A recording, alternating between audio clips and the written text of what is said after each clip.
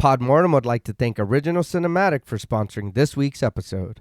Original Cinematic is an independent production company that has made it their mission to create, produce, and promote films that are inclusive, honor women, promote the LGBTQIA+ community, and provide prominent positions and roles to POC actors and filmmakers, and promote the films of marginalized and underrepresented populations.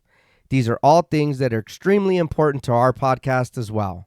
Original Cinematic is currently accepting scripts and treatments. Both William and Xxena Rush are also available via email or Zoom to discuss writing and provide input and resources to all aspiring writers, free of charge.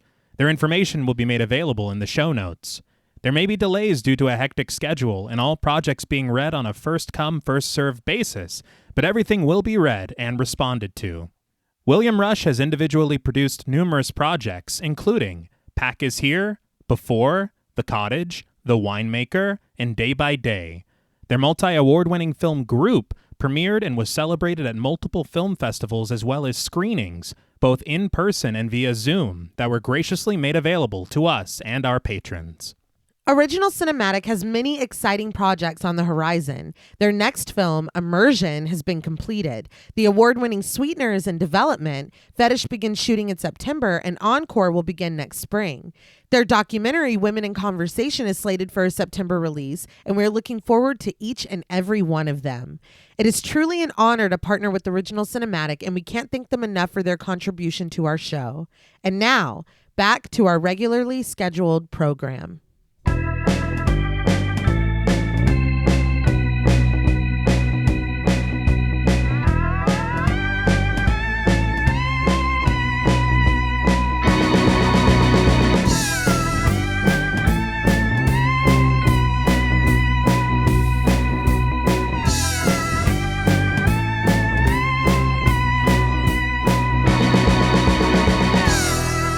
Salutations! Welcome to Podmortem.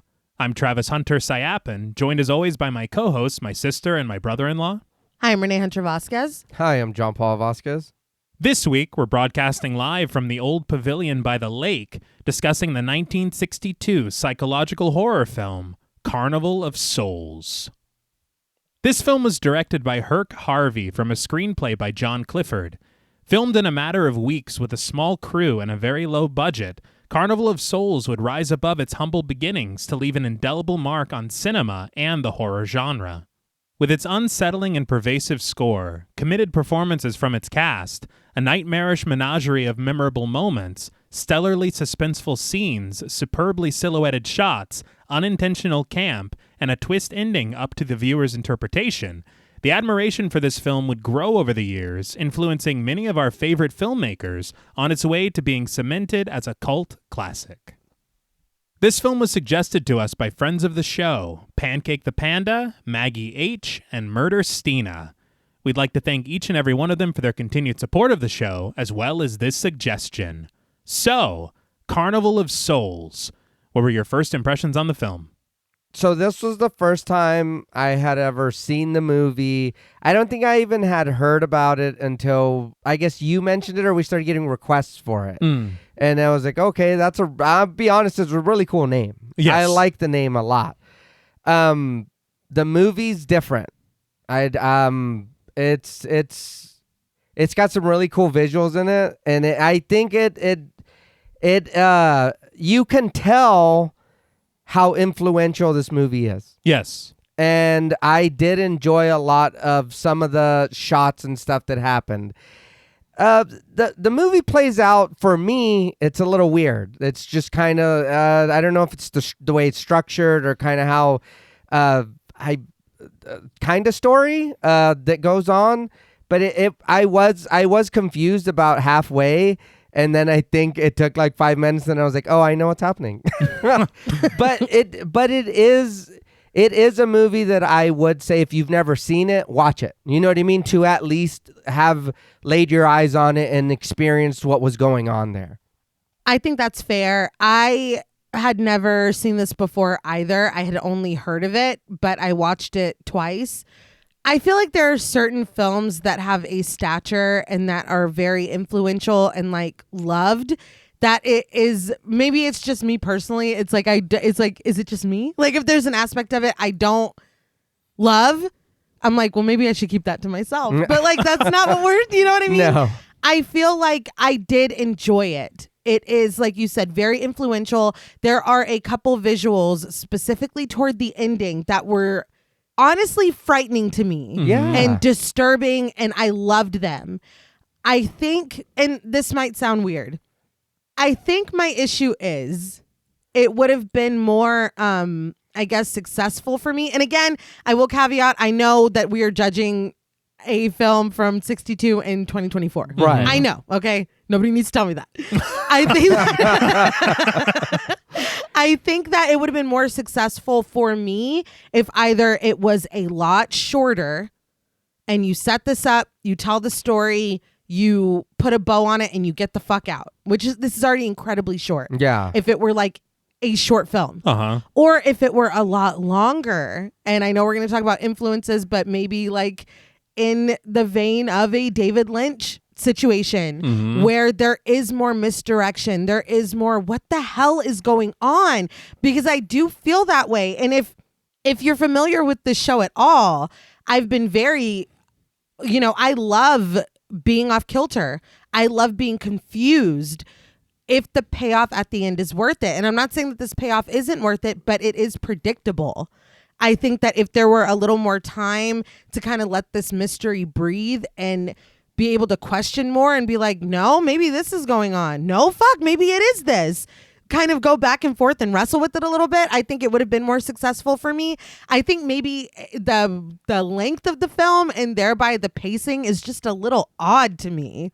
Just very quickly, I don't know if you know this. We are judging a film from 1962 in 2024, right? God damn it.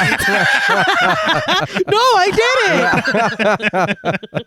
But yeah, it's like, because we were talking off mic and it's like, yeah, I bet this fucking blew everybody's tits off in 1962. And I don't think that it's fair for me to sit, a student of M. Night, of the great M. Night, and be like, oh, I saw that ending coming. You know what I mean? I don't think that that's necessarily fair, but I haven't seen this before 2024. Yeah. So, I mean, and I am a student of M. Night.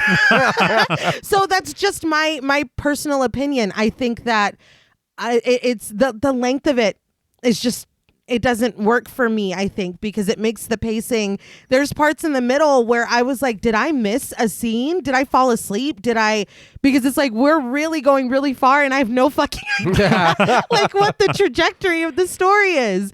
That being said, the ending sequence is extremely successful for me. Even the very ending, which we will obviously get to, is successful for me. I think that maybe it's just getting there. I don't know. I'm hoping to kind of like get more of a handle on my thoughts as we go along, because a lot of it really did work for me and some of it just didn't. I can understand that. And especially watching it with modern eyes now. Yeah. Well, it is 2024. It is 2024. I don't know if anybody knew that. But all the films that we've seen in our lifetime that honestly could possibly in some ways be referencing this, or maybe just using certain tropes that have become a bit cliche at this point. Right. Once we arrive at the ending, it is one of those things in this year where you're just like, oh, yeah. Yeah. But at the same time, if you try to put it on like these glasses of 1962, it is one of those things where you watch it and you're like, I can't even imagine what this must have done to an audience at that time. There were similar plot lines in like, and I think that's the thing as well for me, is that the first time I watched this, so let me just get through that real quick. Just double back. Yeah. I don't remember the first time I watched it or why. I think it might have been on some kind of a list and I saw it and I was like, I really should watch this. Kind of like a completionist sort of thing. Right. One of these titles that you hear of all the time. Yeah. Carnival of Souls, like you said, brilliant title. Great title. And you're like, I need to watch this so I can have it in my brain pan. And I watched it and I remember feeling, and I think you would agree, it feels like a feature-length Twilight Zone. Yeah. Yeah, I can see that. Okay. All it's missing is Rod Serling with some witty, aphorism or whatever. Yeah. But I feel like it has that element of it to where it's almost like you have this mystery, and then at the end, it's kind of like, oh, wow, you know, which is basically what every episode of The Twilight Zone was. Right. Yeah. But I think that there is something to be said possibly regarding what you're saying, maybe because of the budget. Maybe it wasn't able to flesh out certain things that maybe they wanted to. Right. I do know that there was an entire reel that was lost. Oh my God! So I feel justified, validated. I think it's more towards the end, kind of more of the surreal elements that we see. Oh, maybe not. Well, you know, and also There's 2 hours of that missing. a part of the story. They said no, they didn't say that. But I think that the thing about it that I take away from it most, Right. is the fact that it is charming. Okay. Yeah. Many elements are actually very haunting still. Right. All these years later. I love the score. Yes. Yeah. Yeah. I do. I did, but I don't know. Maybe once we get into it, I'll grow into it a little bit.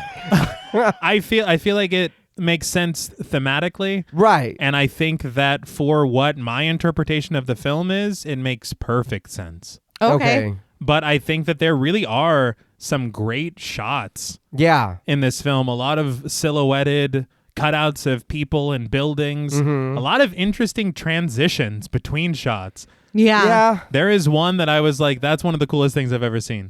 And again, you don't expect it from this film when you learn about the budget, you learn about what really went into making it. Right. But I think that also rewatching it, I'm kind of getting themes of like, I don't know, like existentialism a little. Okay. Kind of finding your place in the world, maybe a bit of the life not lived, Okay. All right. maybe ideas of stagnation. Or I don't want to say like feeling like you're maybe in a purgatory. Yeah. Yeah. That. I don't know. Maybe like being in a limbo. Yeah, is that too that's- much? Am I allowed to say that?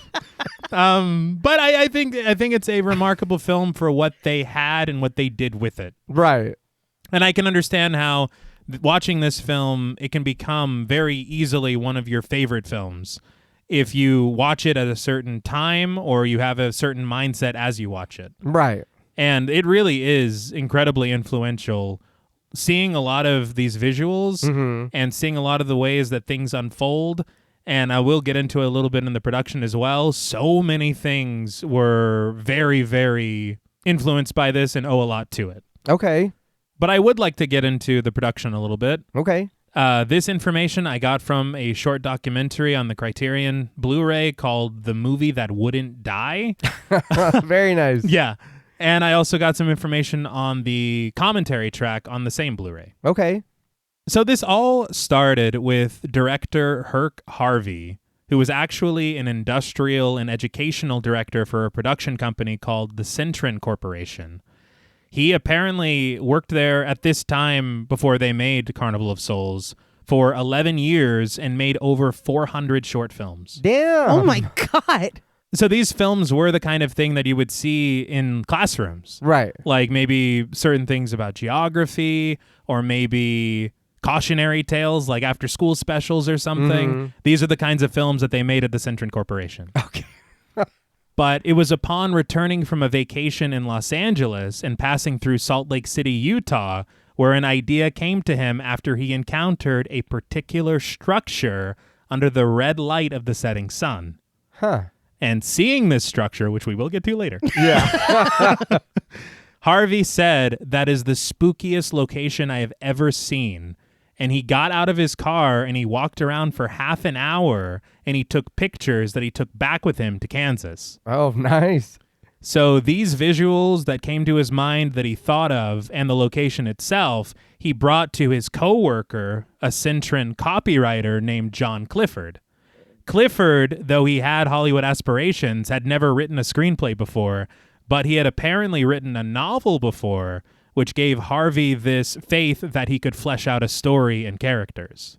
Okay. So Clifford wrote the story for Carnival of Souls in 3 weeks.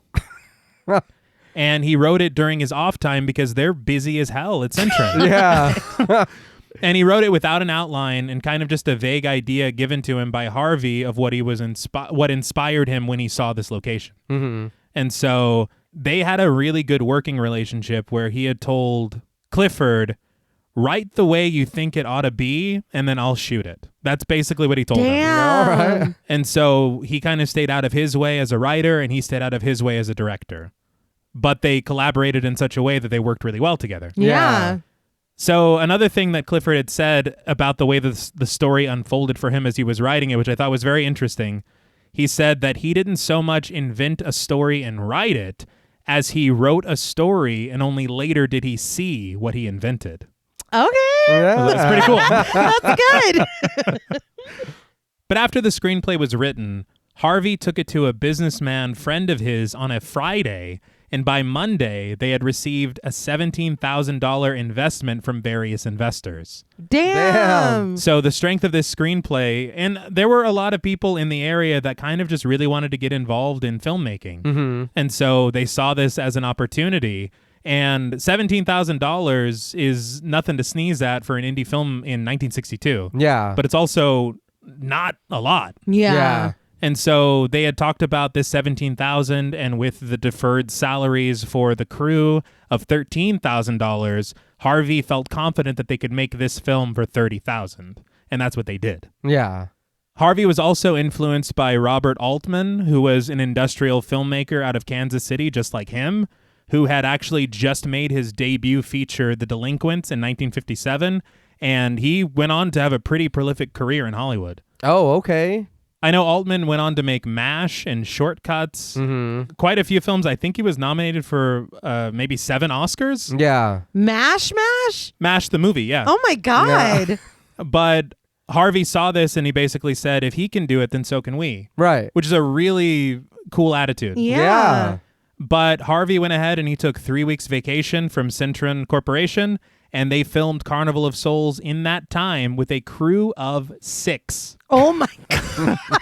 He had the director, the assistant director, the cinematographer, and 2 university students. And they filmed on location in Lawrence, Kansas, and in Salt Lake City, Utah. That's really cool. Yeah. Honestly. And they were so inventive with the way that they used their locations.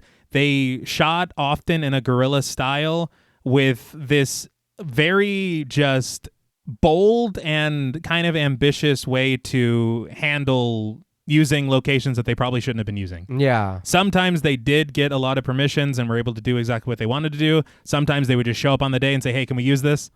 And use it. Well, But they had a lot of lofty aspirations as well, trying to evoke the styles of Ingmar Bergman and Jean Cocteau.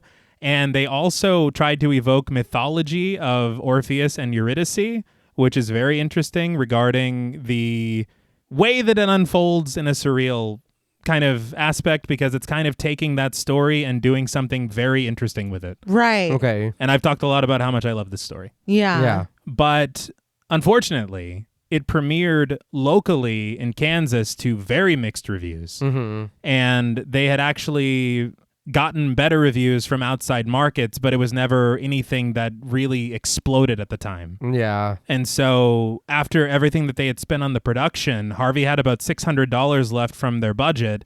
And so he sought distribution and went to New York City to talk to a bunch of distributors. But according to what I read in the Los Angeles Times, because the film didn't have a lot of nudity or any kind of violence or any kind of a pull like that, a lot of the investors that he talked to, these art house film distributors, Yeah. didn't want the film. Really? Yeah. And In the 60s, I would think it would be the opposite. Yeah. I'd like to know what some of those test audiences or whatever said then, or people who watched it. Yeah. Because I know we were just, talking about this was, how old the movie is. Uh-huh. But if it even opened to that and they were like, M. Night would never do this.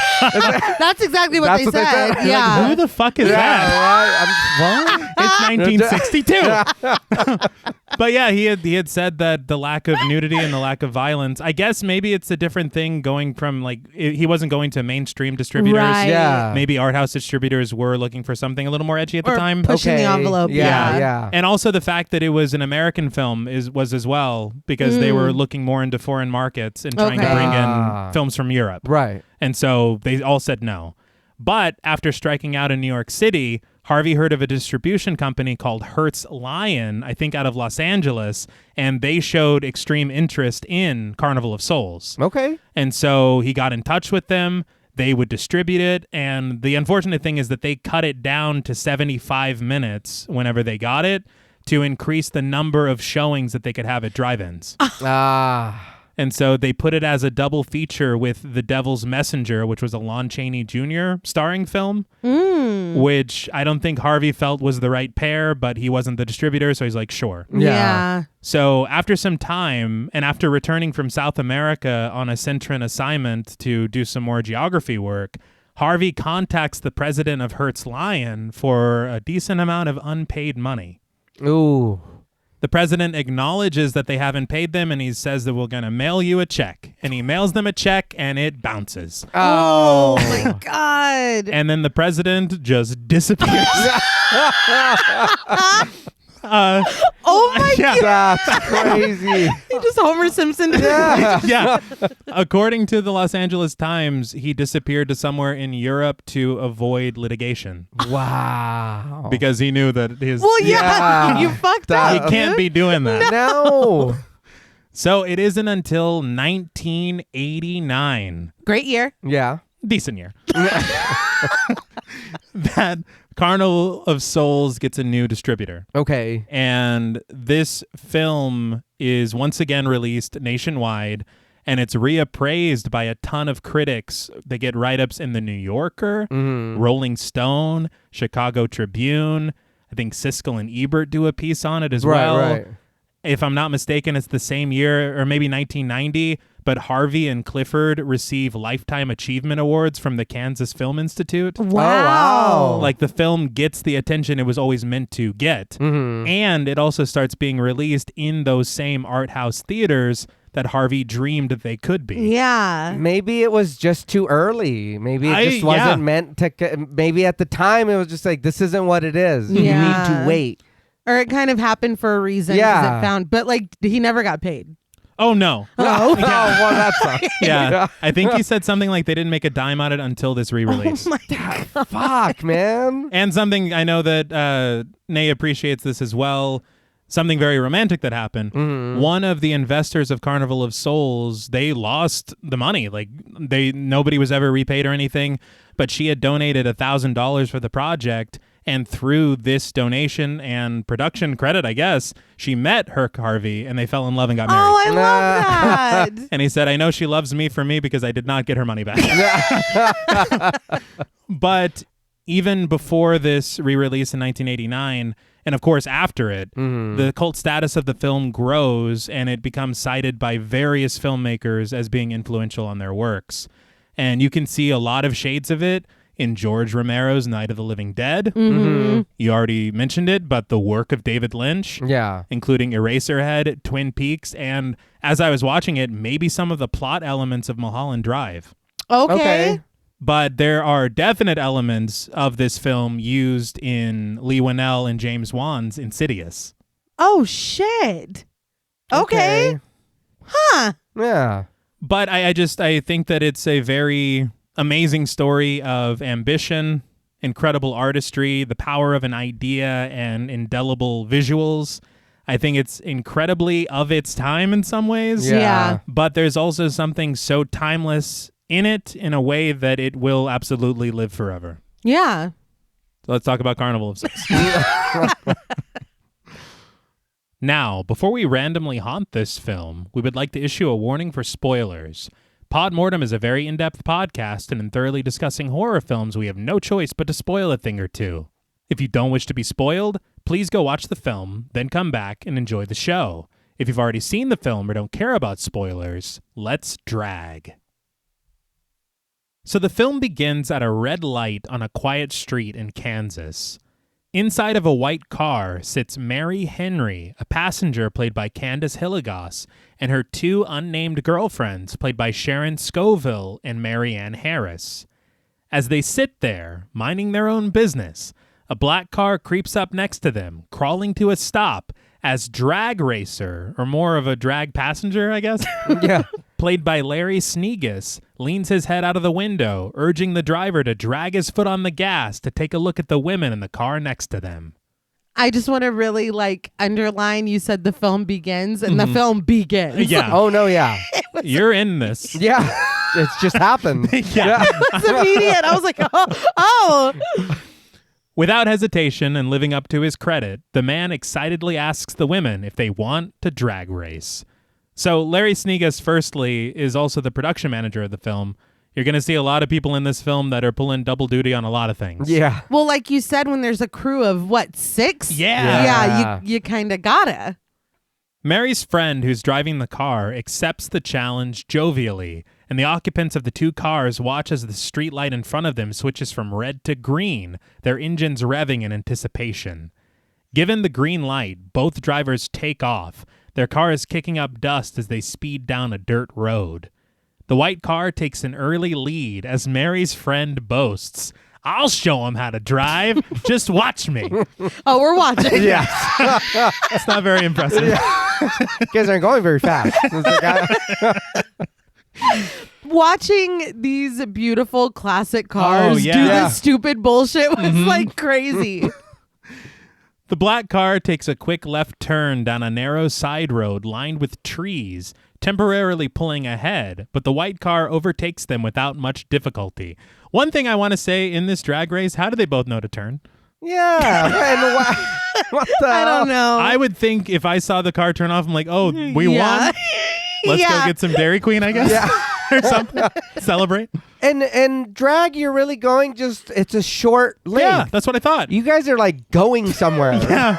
It's like on GTA where you see the yellow line. Yeah. It's like, how do we all know where this ends?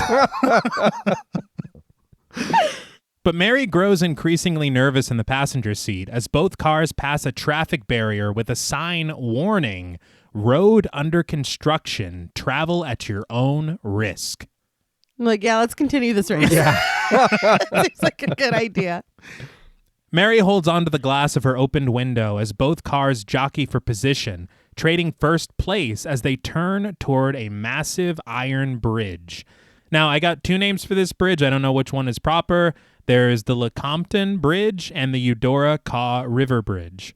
But Coming, Eudora. really? I don't know. Well, we love Krusty. It's fine. But it stretches long over the Kansas River. And it was this bridge they legitimately used to film. Damn. But the cars ride parallel to each other on both lanes over wooden slats and under large iron supports and suspenders. The black car rams the white car a couple of times, seemingly on purpose, but maybe in some good-natured drag racing fun. That's not good nature. Yeah. I've never drag raced. I'll never forgive you for that. Yeah. No. And you're trying to pick us up, right? Like, that's the point of this, right? This wasn't like a Twisted Metal kind of thing? I hope not. And this is more of a car fight than drag racing now. Yeah. We're not racing anymore. It is kind of wild. He's like, ram him! Yeah. What the It's like, fuck? whoa, dude! They'll think this is hot. Yeah. It's really getting out of hand. But Mary's friend screams as she loses control of the car, and it crashes through the wooden barricade, careening over the bridge and flipping over into the water below. As the white car sinks, the occupants of the black car rush over to the edge of the bridge, peering down into the murky water. Rippling white text appears over the water, accompanied by eerie organ music, and we read, "Carnival of Souls." I did like the credits over the water. I thought that looked really cool. Yeah. I read an interview that Larry Sneegis did with The College Crowd Digs Me, and he said that they couldn't just ruin a car for this. So it's just a shell, the car that goes over. There's no motor in it. There's nothing inside of it. Oh, wow. And so they were afraid that it wasn't going to sink, and they were all really relieved when it did. Yeah. Because, I mean, what do you do if not? It's the whole film, really. Yeah.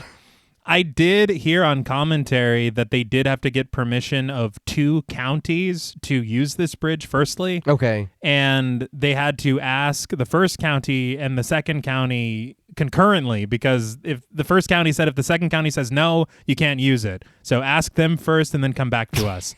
And You so, can't just say yes. Yeah, no. what the fuck? yeah, I don't know. It's like, go ask your mom. Yeah, really.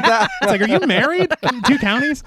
But they both said yes, and it went off without a hitch. They filmed it. This was the first time they did it.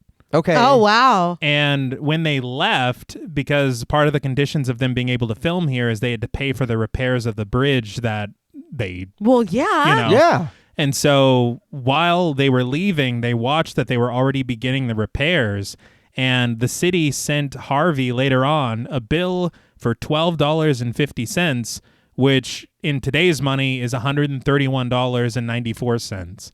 And so that's how much this stunt cost. To fix a bridge? To fix that part of the bridge. So did that check bounce or? No, that was fine. His checks were okay. No, that's Yeah. wow. I was kind of surprised, especially with their low budget. It's like, and a stunt like this? Yeah. I was like, this is really, really impressive. Yeah. But the opening credits continue as the water rushes over scattered debris, tree branches, rocks, and spider webs, the music rising ethereally. But we return to the crash site of the bridge, which is now roped off and surrounded by townsfolk looking down into the water, where a small boat floats as police drag the river.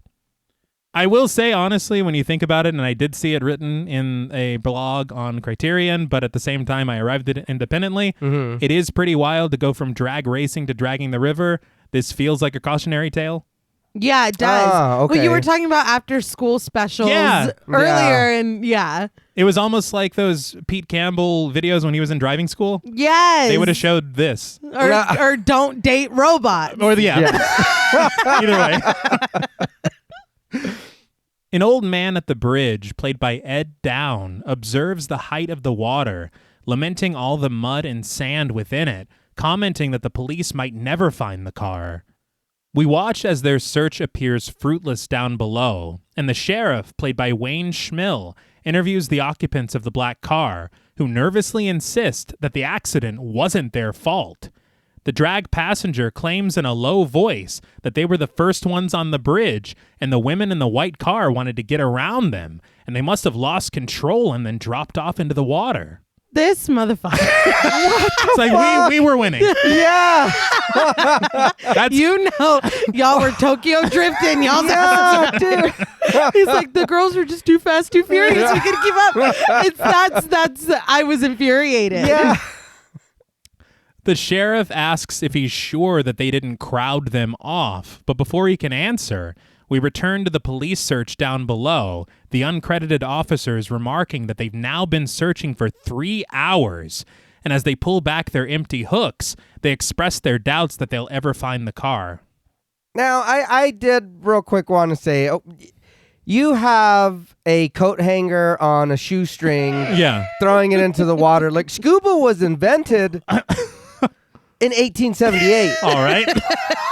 You can't tell me you can't afford a mask. They're like, this is how we do it. Yeah, I've seen enough small town cop shows to know that somebody has scuba gear. Where they're throwing the hook is the shallowest.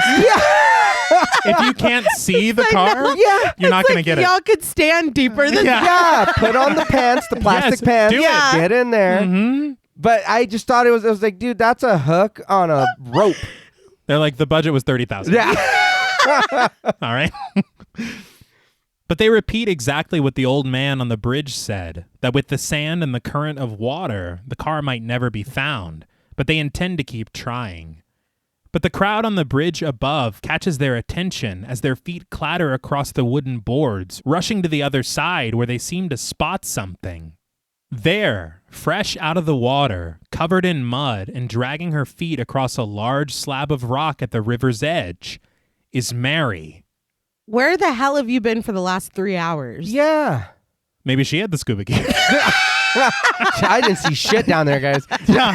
It's like I'm leaving. Yeah, there's so much soot and sand. Yeah. I'm late for work. Yeah. I honestly think that that's one of the eerie aspects of the film. Right. Things that are just flat out never explained. Yes. Yeah. It adds to that surreal element because nobody asks that. Yes. Where did you come from? Yeah. We've established it's been 3 hours. Yeah. But the camera follows the men on the bridge as they climb down to meet Mary. Their voices echo as they crowd around her, the men recognizing her by name and asking how she got out of the car. The police cover her in a blanket, telling her that they need to get her back into town. But as she stares off blankly in the water, one of the townsfolk asks her about the other girls who were in the car with her. And as the organ in the score rises, Mary simply mutters, "I don't remember." A boy stands overlooking the water and just offers a shrug as the camera pans over to the river. He's like, no great loss, I guess. It's like, really? Yeah. He's like, oh, well, 2 lives.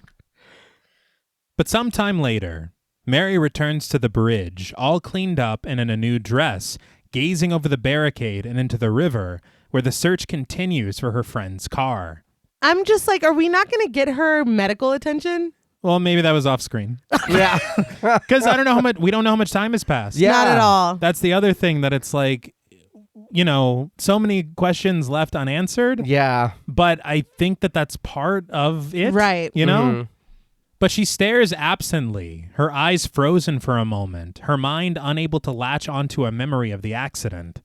But she steps away from the railing, getting behind the wheel of her parked car, and when she reaches for her key to start the ignition, we suddenly find Mary behind a large pipe organ inside of a factory. I really liked that transition. Yeah. Her fingers dance gracefully across the 3 rows of keys, and her feet press various pedals beneath her as the ethereal sound echoes through the building, catching the attention of various uncredited workers, as well as a carpenter played by Forbes Caldwell, and the organ factory boss played by Tom McGinnis. This made me laugh a little bit because it's very much giving me in like my maladaptive daydreams where everyone stops what they're doing.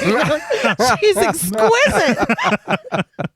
But the way that this transitions and the way that it's cut, I'm like, was this before the race or after?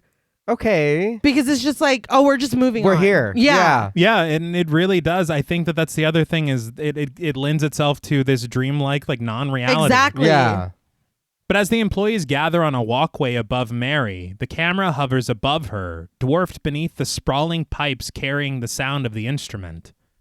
So I want to say, first of all, I love this shot and the way that all of the pipes of the organ look around her. Yeah. That is very cool. It's just so cool looking. I did hear on commentary that whenever they were talking about different locations to use, obviously Harvey talked about a particular location that we will get to later. But whenever Clifford was writing it, they were thinking of places that would add great atmosphere without adding great cost. And this factory, the Reuter Organ Company in Kansas, they thought of it immediately because of the way that they display their large organs whenever they finish creating them. Oh, okay. And so simply that idea of using this factory, and it's just so unbelievable. This is what he's talking about, how the film just unfolded in his mind. Just the idea of using this factory. Oh, Mary's an organist now. That's brilliant, though. Yeah. And not only that, but it lends to what they decided to do with the score. Yeah. Because they hired Gene Moore, who was a local organist from Kansas City, and he wrote the entire score all based on the idea of them using the Reuter Organ Company as one of the scenes.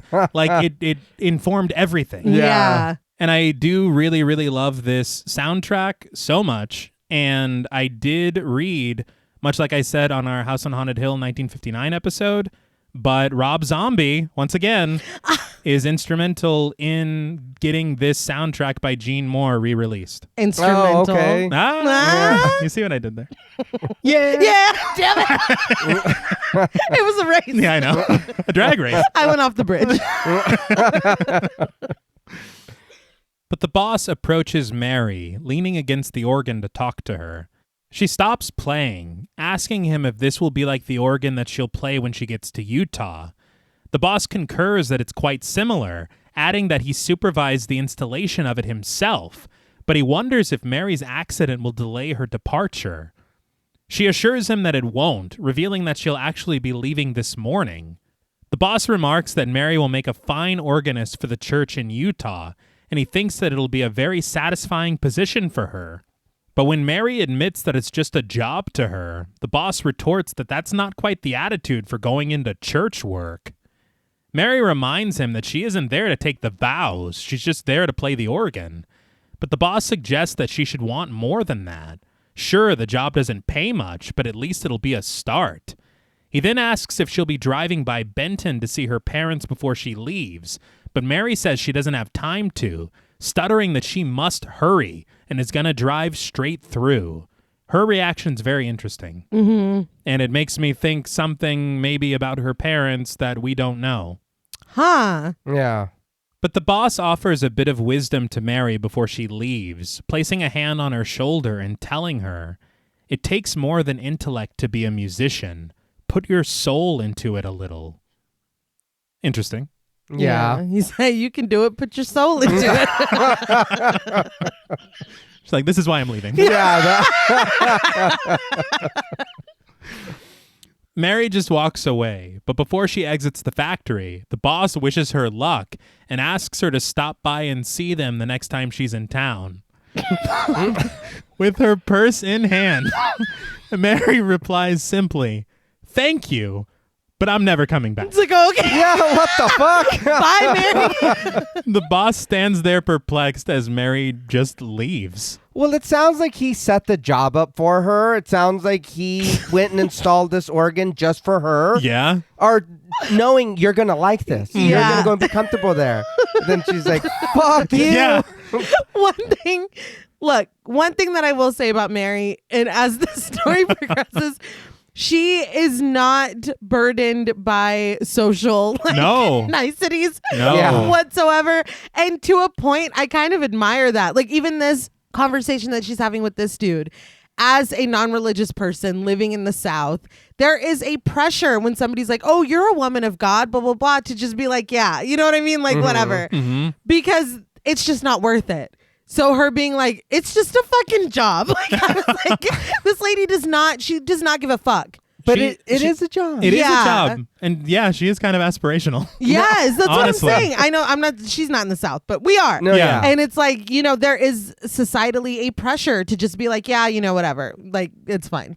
But she's just like, no, and I don't care, and I'm never fucking coming back Yeah. either. You'll never see this face. I'm just like, this lady does not give a shit. And I love that about her. But as Mary drives out of town, she stops on the Eudora Kaw River Bridge. She seems to hesitate for a moment, her eyes darting to remember something forgotten. But this soon passes as she returns her foot to the gas pedal, driving over the wooden slats of the road. She switches on the radio to accompany her drive, and we watch in POV shots through her windshield as upbeat stringed instruments sing in the score, and she drives over the bridge and through Kansas one last time before we find her car on a mountain road, passing a large rock formation and towering trees before speeding past a large sign on the right, reading, "Welcome to Utah." But as Mary continues driving into the night, she switches on her headlights, the shot of which is very reminiscent of Marion Crane in Psycho. That is what I Oh, was about to okay. say. This very much reminded me of Psycho. And there is a lot to be said, maybe in the same vein of somebody running from something. Mm-hmm. Okay. But after a moment, the whimsical romp emanating from Mary's radio is overtaken by an ominous organ. And when Mary twists the dial to tune the radio to a different station, the sinister song remains unchanged all across the various frequencies. Again, really small moments of horror Yeah. that are pretty successful. Mary oddly seems unbothered. Yeah, I'm gonna be honest. Her not caring kind of made me feel like, oh, I guess. It's fine. Maybe it's Who gives a shit? That's just how it was in the 60s. Yeah. yeah. It's like, I knew I should have fixed this radio before I left. It's like I'm in the mountains. I only get one station. Yeah, what am I? Yeah. It's my fault, really. But through her driver's side window, she spots a large structure off in the distance, through power lines stretching at the horizon, silhouetted against the setting sun. Learning the story from Herk Harvey, it's clear he was trying to recreate what he saw. Okay. Yeah, it sounds like it. Yeah. But she looks around the inside of her car, now a bit uneasy, catching her own reflection in the passenger's side window. But before she can return her eyes to the road, the figure of a man in a black suit, played by Herk Harvey, suddenly appears just outside of the window. He floats there, staring almost lifelessly into the car, his pale face dimly lit from below, and his eyes fixed on Mary. She gasps, putting her foot to the pedal and driving as fast as she can. The reflection in the passenger's side window returns to normal, but Mary peers around her car fearfully, cowering against the steering wheel as she continues down the road. But suddenly, within the beam of her headlights, the man appears again, now directly in front of her car, his eyes open wide and his hair is white as a sheet. Mary immediately whips the wheel to the right, driving off the road and into a ditch. So Herk Harvey, obviously the director of the film, Yeah. he said that him playing this part was part ego, part economics. Okay. I get it, Which, yeah. 100%. Yeah. But the added plus of him not having to learn any lines and just kind of being around and looking menacing is pretty easy for a director to take on. Mm-hmm. And he delivers. He does. It's one of the more striking visuals every single time we see the man. Yeah. It kind of reminded me of Bub. Oh, Day of the Dead? Yeah. Romero. Okay. Yeah. I did read that they didn't have enough money to do like the standard process screen with the driving and everything. Mm-hmm. And so a lot of the things they accomplished with this scene were just using things like mirrors, just as cheap as you can possibly do it. Yeah. And casting this reflection of Herk Harvey into the window and it looking like he's actually floating there. Yeah. And it's just like, again, you use what's at your disposal. Yeah. And it worked. Yeah. But in the ditch, Mary's able to collect herself in a matter of seconds, turning her key and getting back onto the road, continuing on her path. She looks around her car nervously, catching her own reflection in the passenger side window once again, as the structure looms large in the distance, accompanied by the stab of a sinister organ. She recovered very quickly. Yeah. Yeah. I would never be okay again. But Mary eventually finds herself at a gas station and parks out front. An attendant, played by Dan Palmquist, walks over to Mary's window, leaning his arm on the roof of the car as she rolls it down. She requests for him to fill the car with gas, and as he obliges, Mary steps out of the vehicle and walks over to the passenger's side. She first checks the door to make sure that it's locked, before raising her fearful fingers to the glass, reliving the horror that she just witnessed.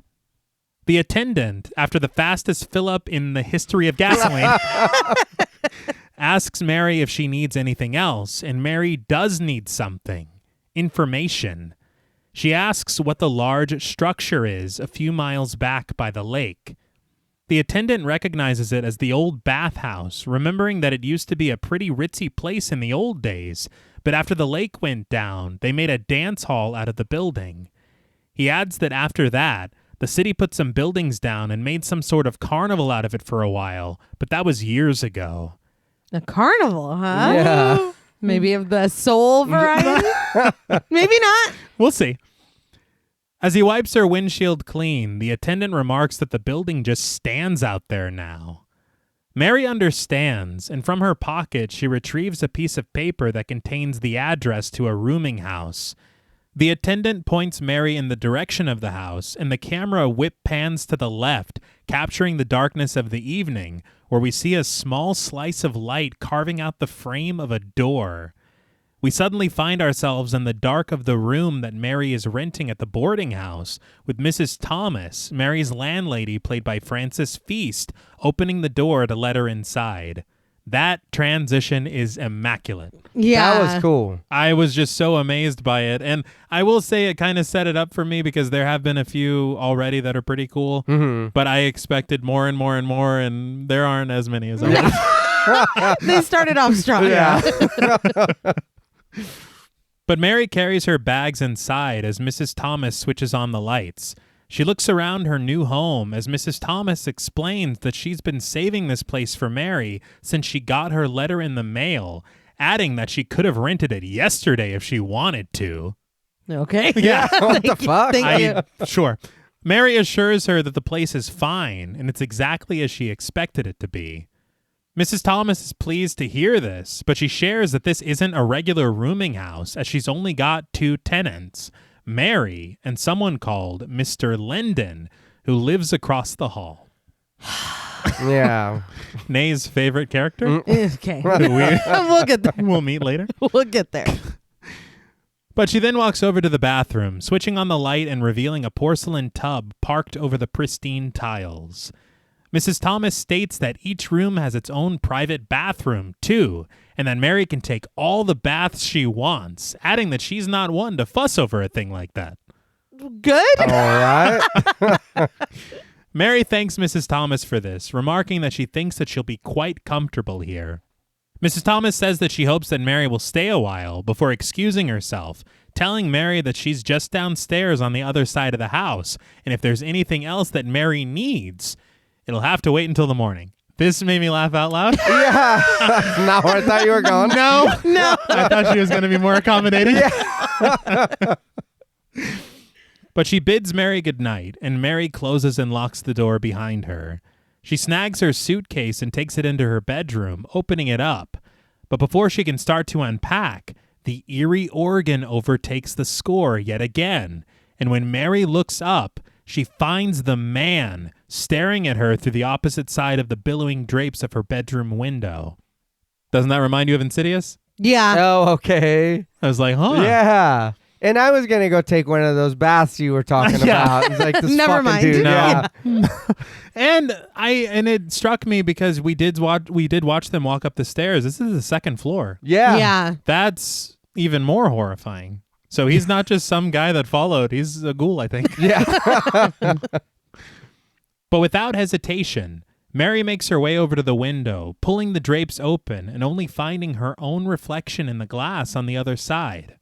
She then returns to her suitcase, retrieving a book of sheet music from it, which the camera presses in on. I respect her resolve, because once again, she sees a ghoul in her window, and then she's like, oh, I need to prepare for my job. Yeah. There's no way. Priorities, man. Yeah, I guess. But the next day at the church, the minister, played by Art Ellison, takes Mary over to the organ that she'll be playing for the congregation. An ornate housing encases the organ, and a collection plate rests on the lid. The minister calls the organ their pride and joy, and Mary shares that it was made in the same town where she's been studying. The minister knows this already, as this is how they heard about Mary in the first place. He confirms that Mary has found a place to stay before telling her that he hopes that she'll like it here. He acknowledges that they're not the largest church in the area, but they have a wonderful congregation. An idea then sparks inside the minister's mind, and he says that they'll have to have some sort of reception, assuming that the congregation will want to meet Mary, the new organist. Mary, absolutely on my wavelength, asks, can we just skip that? I was like, she's got a point. I mean... I'm not the new minister. No. Like, I'm just, No, I'm I just back get here it, playing the but- tunes. I don't need to meet anybody. Maybe a couple people. If they're cool. Yeah. I've met you. I think And my landlady, I think that's... yeah. This reaction surprises the minister, but he admits that it's not exactly a necessity, although he doesn't know what some of the ladies will say about it. Mary counters that if she's a fine organist, that should be enough, shouldn't it? The minister accepts this, for now, but he reminds Mary that she can't live in isolation from the human race. Mary just changes the subject, asking if she can try out the organ, which the minister allows. And I think this is the beginning of a theme that comes up pretty prevalently of Mary kind of isolating herself from people. Yeah. Yeah. Is it here when she's like, may I play it or whatever? And he's like, I want you to. Yeah. It It's made a me, little strange. it reminded me of it. It looks good on me too. Yeah. From Jackie Brown. Mary sits down with her sheet music, playing a hymn which seems to delight the minister. He smiles jovially before excusing himself to the manse next door, walking downstairs as Mary continues to play. Outside, an uncredited gardener smiles in response to Mary's playing, while inside, the minister puts his arm around an uncredited parishioner, remarking that they've found an organist capable of stirring the soul. But as Mary continues to play, the camera presses in on faces in a stained glass window before returning to the nave of the church, capturing the empty pews and the massive, gorgeous arch over the balcony where Mary's song emanates from. But a shadow is cast against the wall on the first floor, and in his black suit, the man enters the church, his face pale and emotionless. Mary's playing suddenly grows ominous before stopping completely. This catches the attention of the minister, who's made his way outside with the gardener. He returns inside to find Mary staring pensively into a stained glass window. He startles her when he asks what she sees, but Mary just shrugs it off with a smile, telling him that it's nothing at all. She says she's just been practicing all afternoon, and it's gotten her into a mood. I feel like Mary's responses, first of all, my note was, oh shit, it's that ghoul. Yeah. I feel like Mary's responses to seeing this ghoul vary wildly. Yeah. Yeah, because sometimes it's the scariest shit she's ever seen, and other times she's like, oh, not you again. Yeah. Yeah, she doesn't care. Yeah.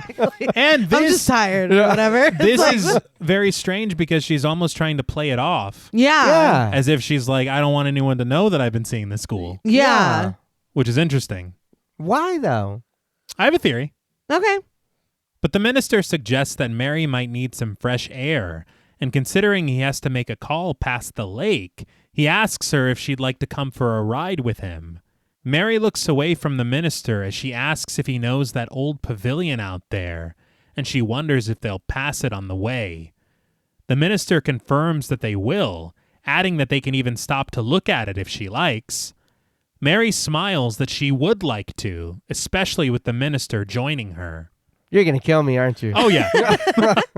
I feel like Mary's level of sociability, Sure. Yeah. how social Mary is, her agreeing to take this ride, this bitch really wants to see this fucking pavilion. Yeah.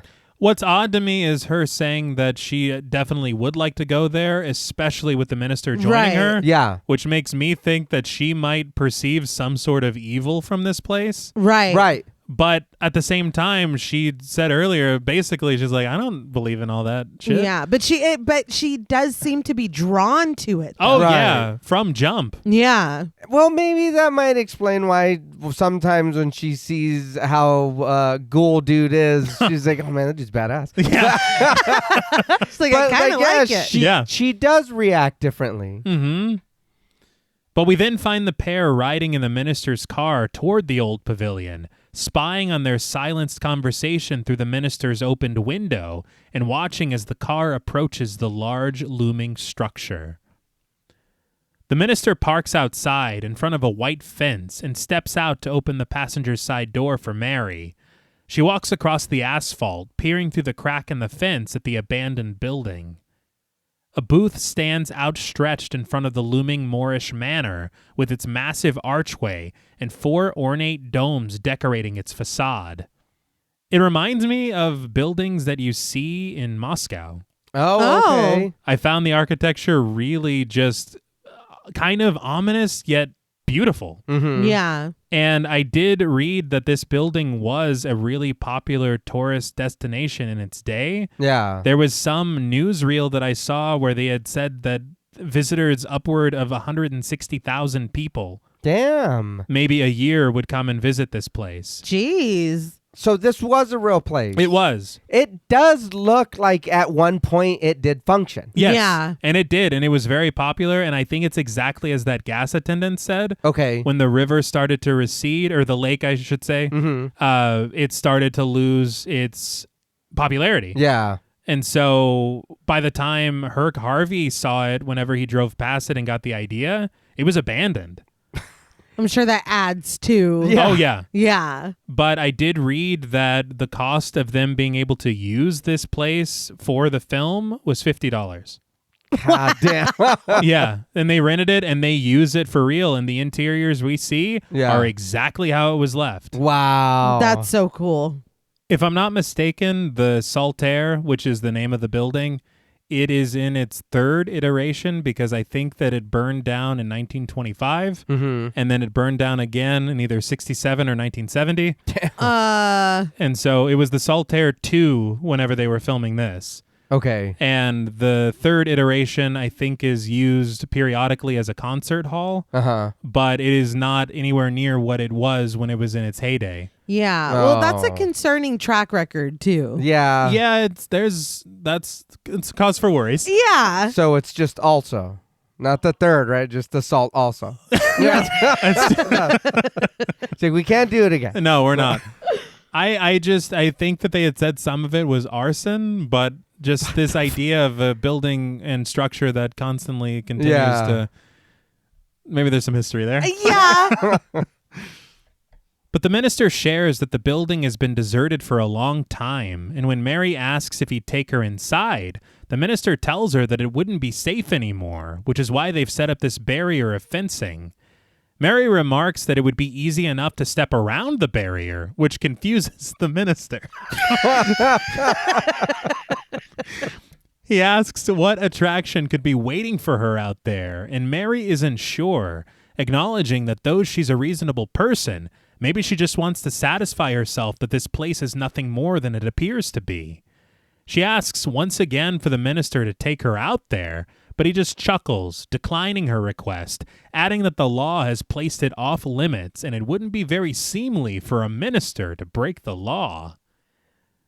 I think we're all wanting to say something right now. I leaned into the mic and leaned back.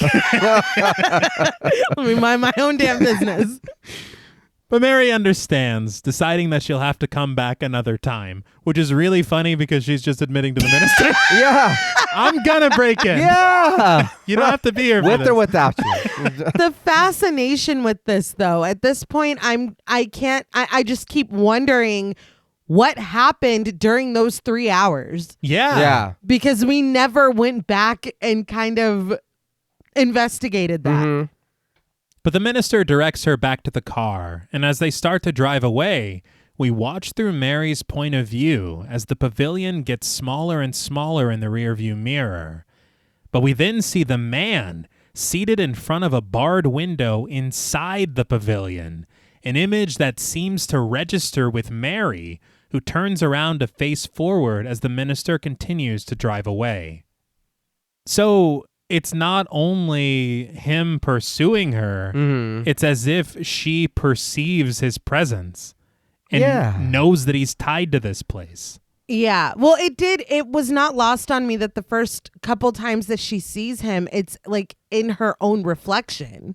Yeah. Right. So, I mean, what the hell? Can honestly say that maybe they're one and the same. You know? Okay. But when Mary returns to the boarding house, she's greeted by Mrs. Thomas, who descends the staircase, passing Mary as she ascends them. Mrs. Thomas comments that Mary's organ playing must take a long time, considering she's been gone the whole day. I'll be like, look, you don't need to keep tabs. Yeah. I don't like that. No. I rent the room. Yeah. That's it. Yeah. You have been a very nice lady, very accommodating. I don't like that. This is my second day here. Yeah. Mary just shares that she went for a drive with her new boss, an elderly minister. Mrs. Thomas seems impressed to hear this, remarking that must have been a kick in the head. When Mary laughs at this idiom, the landlady shares that she learned that from her other tenant, Mr. Linden. All right, dude. Let's just fucking meet him already. You're building him up? Yes. He's got the greatest lines, apparently. And I don't know. I feel like that's not even that impressive. Like, to say as like, oh, this is something I learned from somebody. Yeah, no. Well, it's in that song in Fallout. It is, but is she using this right? Sure. Whatever. But she asks Mary if she's had her supper, and when Mary realizes that she forgot to, Mrs. Thomas offers to bring her up some coffee and some sandwich makings. Until then, Mary says that she'll take one of those baths that Mrs. Thomas is so generous about, and Mrs. Thomas repeats what she told Mary the night before. She's not one to make a fuss about a thing like that, and she returns to the kitchen. Just tell me I stink, dude. Like, we don't... She's like, you can take all, Yeah. all the baths you Often. want and Dude. chew all the gum you want. Yeah. But upstairs, the faucet pours warm water into the tub as Mary's toes stretch outward. Fully immersed in the comfort of the bath, Mary drags a washcloth over her shoulders. But suddenly, her serenity is interrupted by a knock at the door. On commentary, Harvey had said that he had wondered if he should film a nude scene here with Mary, but when he thought about it, he says that it wouldn't serve the story and it would just be kind of unnecessary. Yeah. Yeah. But then whenever he talked to those distributors, that was the first thing they asked. He's like, Yeah. damn, I Yeah, God damn it. My modesty has screwed me again. But Mary steps out of the bath to dry herself off, and we see a man standing at her front door, knocking once again. Mary calls out, assuming it to be Mrs. Thomas, and telling her to come in. She literally says Mrs. Thomas. Yes. Yeah. The door opens, but is stopped by the chain on the lock. Mary rushes to unhook the chain and is startled to find that it isn't Mrs. Thomas waiting in the hall for her, but it's John Linden, played by Sidney Berger, who lets himself inside as Mary gasps that she thought he was Mrs. Thomas. That's why I called you Mrs. Thomas. Somebody call the fucking police. Yeah. Already, we're starting off on the wrong foot. I don't fucking like this. Ain't that a kick in the head? He's about to get kicked in the head.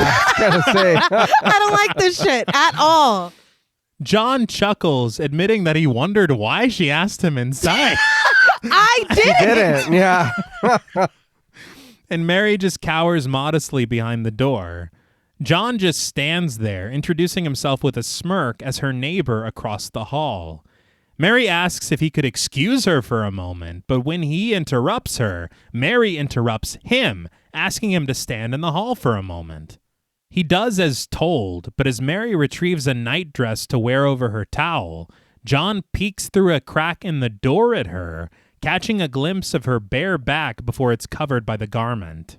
Somebody call the police. Yeah. Yeah. This is what's hot here. What's like wild? That's what's going on. You're just peeking in people's the crack of the door. People's- He was trying to. He was. Well, goddamn, dude. It's like you were already standing in the door. Uh-huh. You're not letting her close the door. You know that wasn't for you to come inside. No. Now you're being all creepy, trying to look at cracks through the crack. And you can't- It's too much. How Yeah. fucking dare you?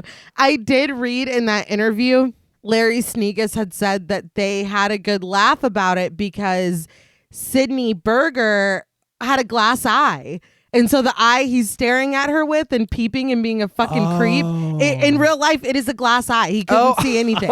And so they were very tickled by that. But he does watch as she shakes off her towel, and we get a tight shot of a very titillated eye drinking Mary in.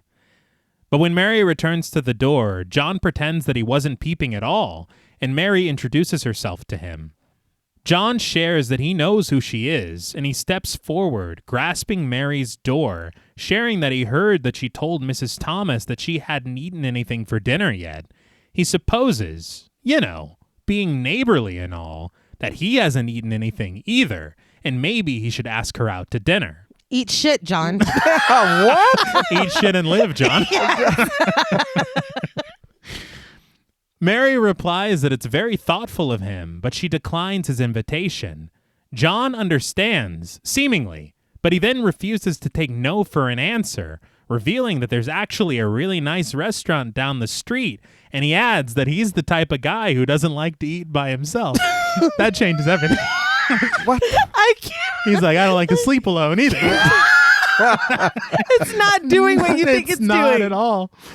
Mary shares that she's already made arrangements to eat in her room, and as John stands blocking the door, he peers around her room, remarking that it looks so lonesome in here. Mary just bids him goodnight, and John finally gets the message, allowing Mary to close the door. So now that we met this piece of shit, I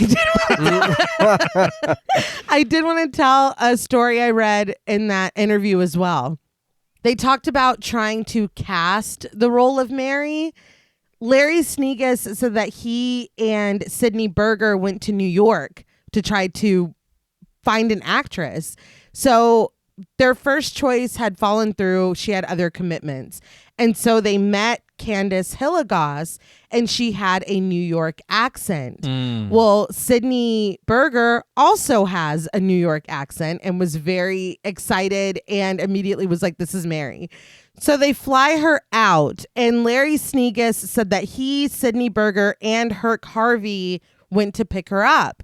So she sits in the back with Sydney Berger, and he said that they were talking like they had been friends and neighbors forever. So they're just bullshitting, they're cutting it up. And he said that Herk Harvey is like, I do not want that accent in my movie. Oh. That he was like, I want to turn the car around right now. He was pissed. And then it turns out that she could hide her accent and everything worked out. But I was like, come on, dude, I like a New York accent. Yeah. But I mean, if you're from Kansas, I guess it doesn't Yeah, really I don't matter. know. He's like, get her out of here.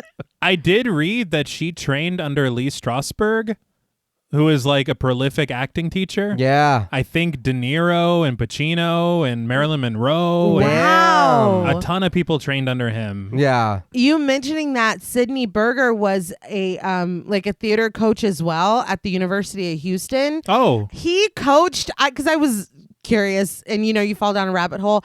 He coached Jim Parsons, Loretta Devine, Really? and Dennis and Randy Quaid. That's Damn. And that's wild. just like a few of them. Yeah. I was That's like, wild. I know. I honestly, now his character, but his performance is very interesting in this film. It is. Yeah. He's It's a little lot of- theatrical. Yes. Yeah. Which fits, I suppose. Yeah. I did read Candice Hilligoss brought her agent to a screening of Carnival of Souls. Mm-hmm. And after the screening, he dropped her. Wow. That's crazy. Yeah, he goes, you're too weird. You're going to ruin my career. Yeah.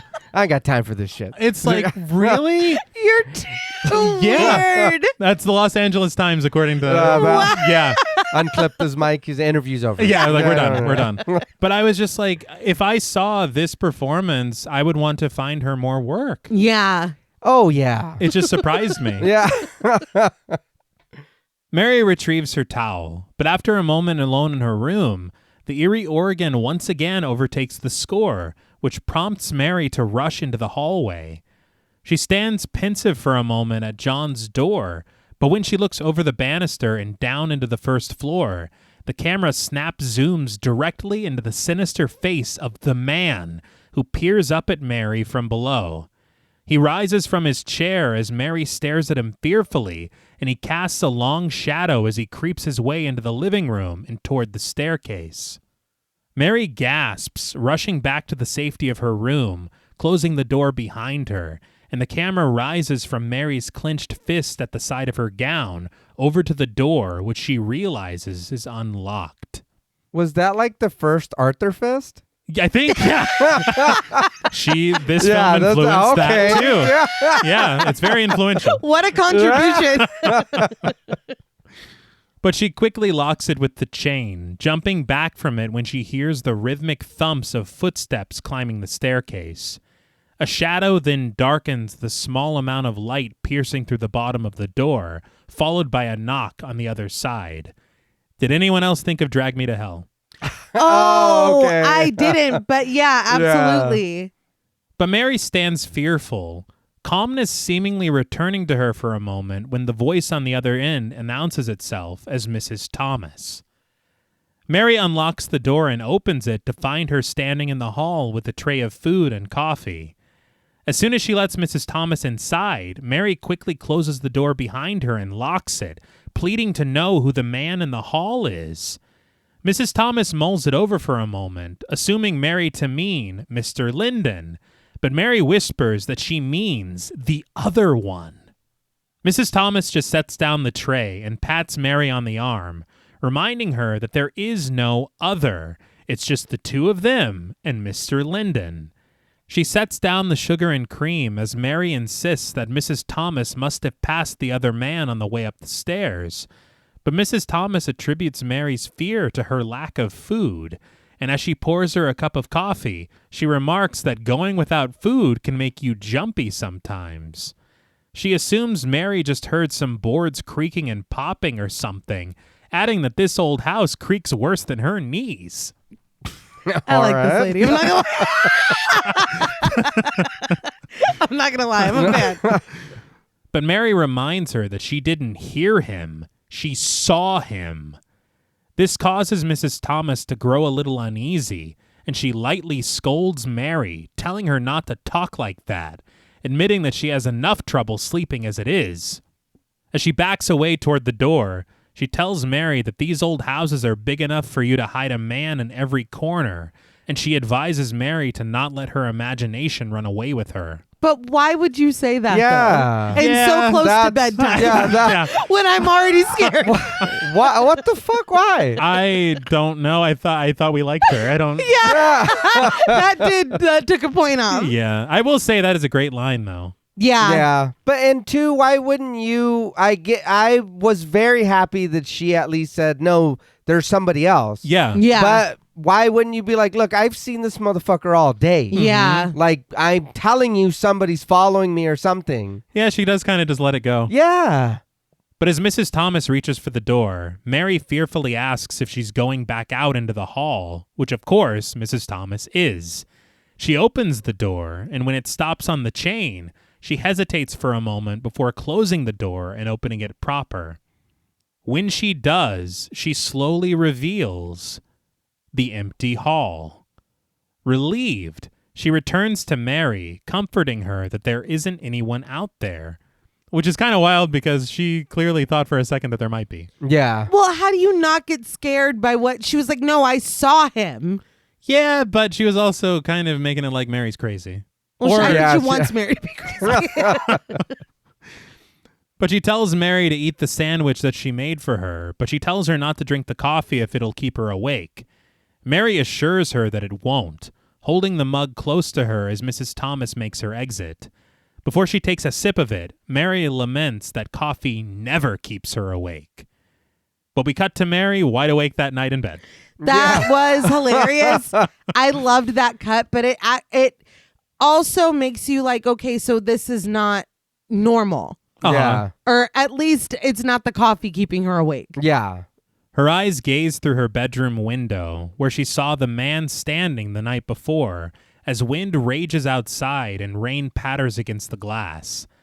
Thunder rumbles as the organ hums in the score, and Mary steps out of bed to look out the window. The camera travels through the drapes, pressing in on the silhouette of the abandoned pavilion, through its walls and out into the lake.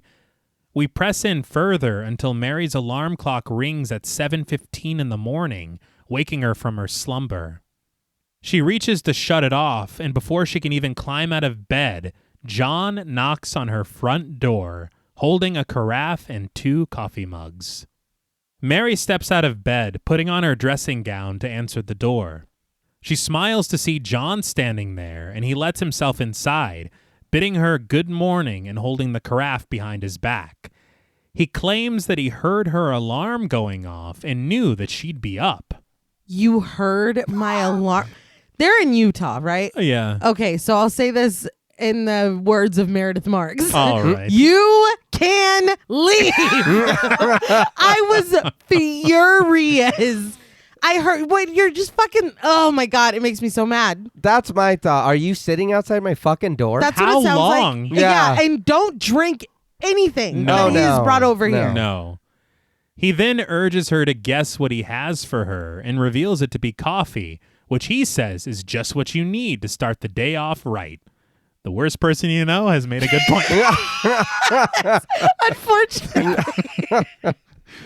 But he says that he makes it in his room to save him the trouble of getting dressed and going out to get it. Mary yawns, admitting that a cup of coffee is exactly what she needs, and they retire to the coffee table together. As he pours her a cup, John says that he guesses Mary took it wrong last night about him coming to her door. She took it wrong? Yeah, what? But Mary sits down next to him, admitting that she isn't a very sociable person ordinarily. But she asks how could she resist inducement like this? John reacts confused, sharing that he doesn't know all of those big words, revealing that he's just an ordinary guy who works in a warehouse. But he adds that he does make pretty good money. And he doesn't like to eat alone. Yeah. But this suddenly reminds him of something, and he retrieves a bottle of liquor from the back of his pants, sharing that he has a couple of shots left over from last night, and he goes to pour some into Mary's mug, but she refuses it, putting her hand over the top. What is this? I just can't. I can't. I mean, it's a way to start the day, I guess. For Not him. this day. Not in this room either. No. Mary comments that this wouldn't be the recommended breakfast for the church organist. Learning that this is her profession, John is surprised that they pay someone to play the organ in a church. Mary tells him that some churches do, and after pouring some liquor into his own coffee, John apologizes for offering it to her at all, telling her that he didn't know she was a church woman. Mary concedes that to her, a church is just a place of business, which John deems to be a funny way to look at it. But Mary disagrees, remarking that people seem shocked that she took a job in a church, but she regards it simply as a job. She's a professional organist who plays for pay. John scoffs that thinking like that probably gives her nightmares. I don't know where he got that. Why? I don't know. I don't know, and I don't play get it. for pay? Yeah.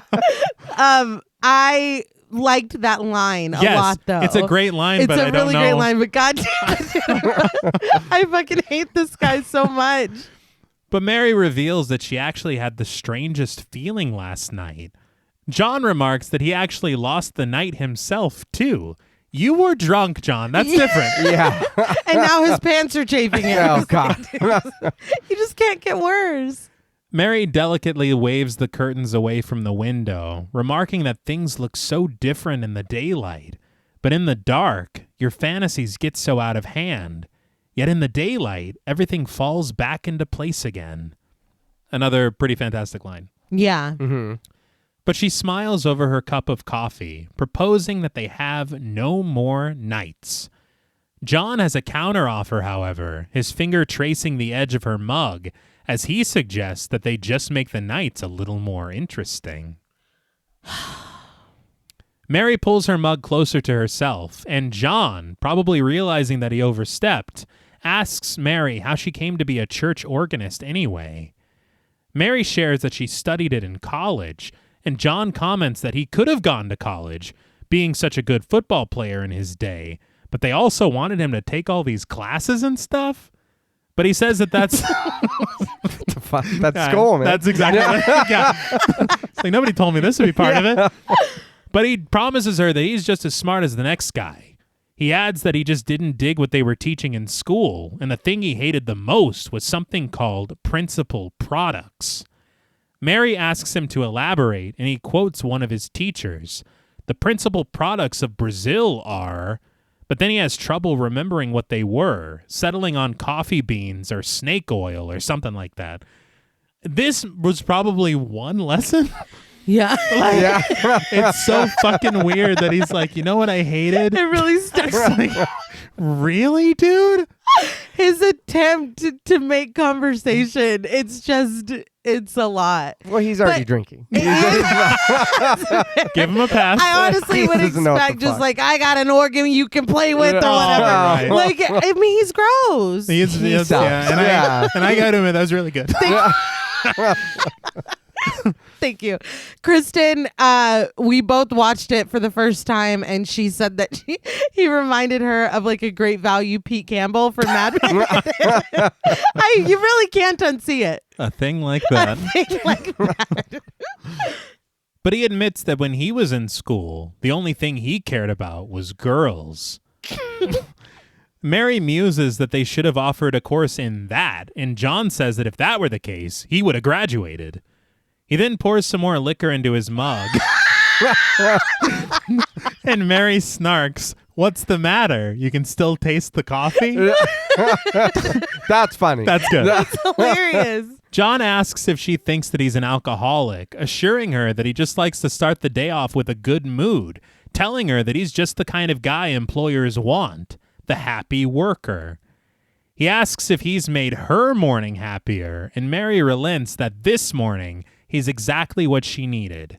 John then pushes his luck, suggesting that Mary will need him in the evening, too. She just doesn't know it yet. Stop! Mary immediately stands up from the couch. Well, yeah. Nobody liked that. No. She offers to rinse the coffee mugs for him, but John declines the offer, saying that it'll just spoil the flavor for tomorrow. Mary then approaches her doorway, thanking John for the coffee, which she says was unsanitary but delicious. John heads into the hall, joking that he should have put some of the germ killer inside, but he admits that he hates to leave so early. Yeah, I don't know what he's talking about.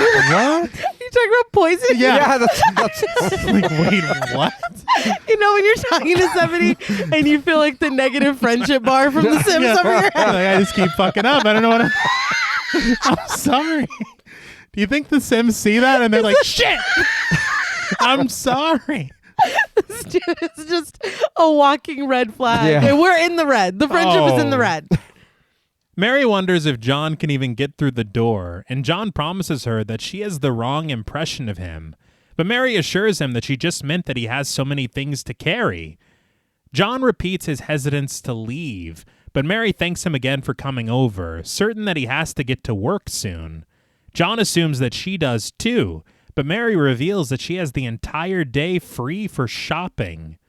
John tips his empty mug to her before making his way back to his room, with Mary closing the door behind him. She leans her head against the door, seemingly, possibly pondering a crush. I don't know. Yeah, no, Mary, I don't please stop. understand. Yeah, it's very confusing. Yeah. He finished his drink. Yeah. Well, we cut to Mary at the dress shop, where a saleswoman, played by Pamela Ballard, helps her try on a black dress. When Mary asks if the hem hangs right in the back, the saleswoman states that they might change the hemline a little for her, but otherwise it looks very nice. Mary laments that it probably isn't very chic to take the second dress, but she likes it. I have no idea what that means. Yeah. Yeah. All right. You have to buy the first dress? to Yeah. try on, or- It's okay if you like this one better. That's fine. Yeah. The saleswoman explains her plans for the alterations before helping Mary back to her dressing room. They walk past a series of dresses on racks, the tag on Mary's new dress bouncing at the elbow with every step. Once back in her dressing room, Mary takes off the new black dress, unzipping it from the back and sliding it from her shoulders. But suddenly, everything grows a bit hazy, as if the camera is traveling through water. Mary stands fearful in front of the mirror, her eyes darting around as the eerie organ sounds once again in the score. She quickly removes her dress from the hanger, stepping back into it and zipping it up. She then snags the black dress, throwing it over her shoulder and fumbling a bit at the door before letting herself out and back into the store. She peers out, seeing nothing out of the ordinary, before approaching the saleswoman again and asking her to deliver the dress to the rooming house if she doesn't mind. She sets it on the rack in front of the saleswoman, who appears to be checking the store's inventory before she turns around, looking right past Mary with no regard, to help another customer played by Karen Piles. Their conversation continues inaudibly as the organ rises, as does Mary's confusion. She pleads to know what's the matter with the saleswoman. What's the matter with everyone? An uncredited man in a suit walks right past her as she pleads to know why no one will answer her. She creeps through the store, riding an escalator down into the lower level and back onto the street outside. Maybe Mary's the problem. No, but Yeah, everybody's she's like, what's wrong with everyone Yeah. else? Like, what the fuck? That's pretty bold. Everybody's going about their business like I fucked something up. Yeah. I did something wrong. I did hear on commentary that this was one of the scenes that Herk Harvey called a grab scene, which was to say that they just went up to this department store and they were like, hey, can we film here? And they're like, when? And they're like, right now. And so It started kind of funny because I read first that they had asked the saleswoman, who was actually a saleswoman at the department store. Oh, that's nice. so cool. And they said, and it sounds really bad, but they're like, if we pay you $25, can you look the other way while we go into the dressing room with this woman with a camera? And it sounds pretty questionable, dirty. But she said, yeah, of course. And so they did that, and she was given instructions on what to do whenever they came back out as far as ignoring Mary. Okay. But you see this man that walks by in the shot, he is the manager of the department store, and he also wanted a part if he were to give them permission. I was going to say he wants to wet his beak, too. Oh, well, yeah. She got $25.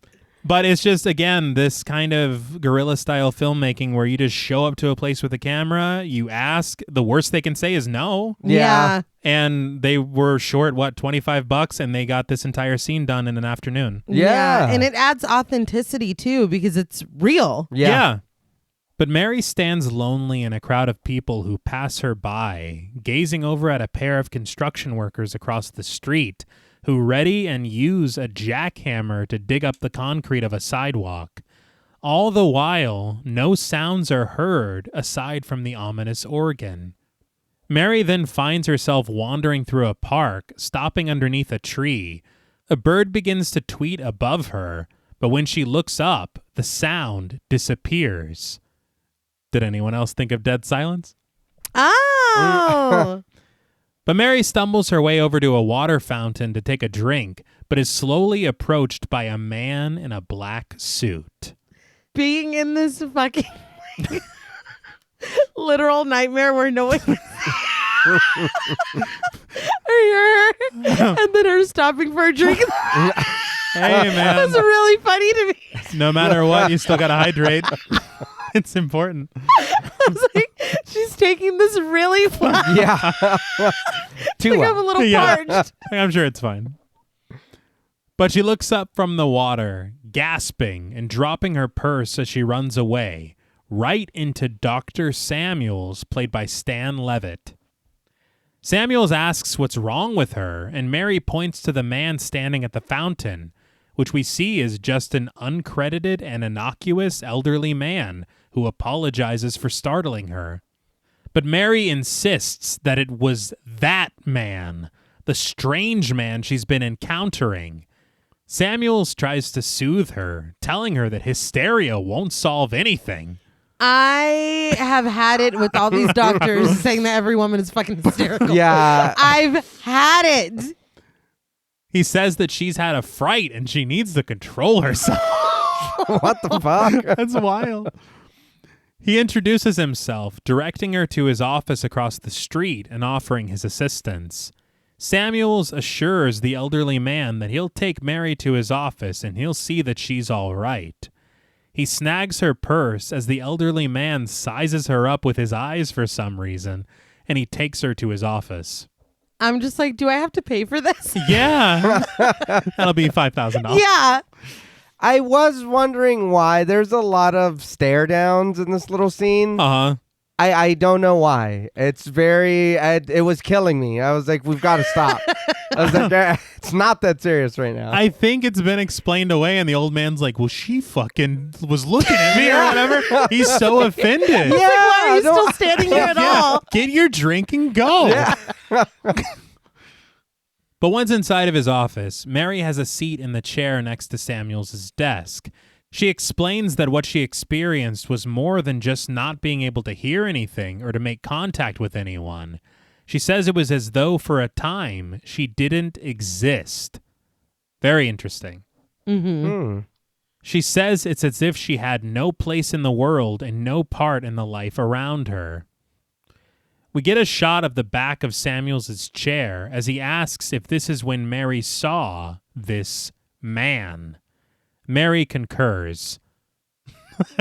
I was like, please don't turn your chair around and be... Yeah. I'm like, can you please sit in a way where I can see your face at all times? Please?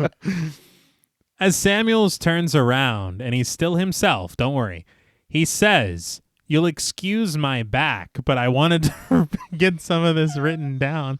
I was like, excuse what? my back? He's like, I can't write when anybody's looking at me. I'm very self-conscious about my handwriting. What the? It's a whole desk. You can write any part of it. Literally.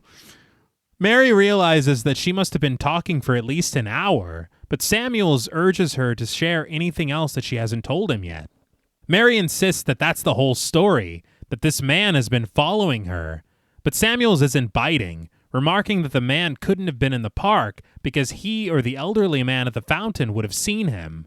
And he adds that the night in the hallway, the landlady came up the stairs a minute after Mary saw the man, but she didn't see him either. I was like, wow, Mary did tell him everything. Yeah. Mary pleads to know what he's getting at, and Samuels states the facts.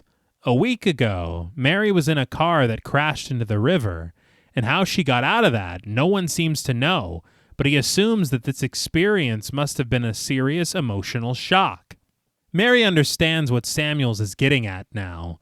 He thinks that she imagined it all. He thinks she's insane.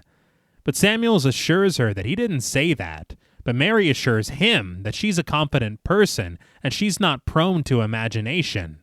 Samuels calls that hogwash, countering that everyone imagines things. He asks if Mary has ever heard two men talking behind her back and imagined that they were talking about her. Mary sits speechless, but Samuels continues, asking if she ever walked up to someone she thought she knew, only to find that they were a perfect stranger. Mary doesn't see the connection, but Samuels explains that sometimes our imagination plays tricks on us, misinterpreting what we see and hear. He asks if she agrees with this statement, and she does reluctantly. Maybe, but why does the dude I see always got to look like a zombie? Every time. It's that. I don't. It's too specific. Yeah, I feel like I get what you're saying, but that does not pertain to what I'm experiencing at all. Samuel says if that can happen in normal times, ponder for a moment what could happen during a high fever or following a serious emotional shock. Mary finds it hard to believe that she could have imagined all of it, but Samuels asks if this figure resembles anyone she could have known, like an acquaintance or her father. Mary refuses this idea immediately, and when Samuels asks if she has a boyfriend here or back home, Mary says that she doesn't and that she has no desire for one.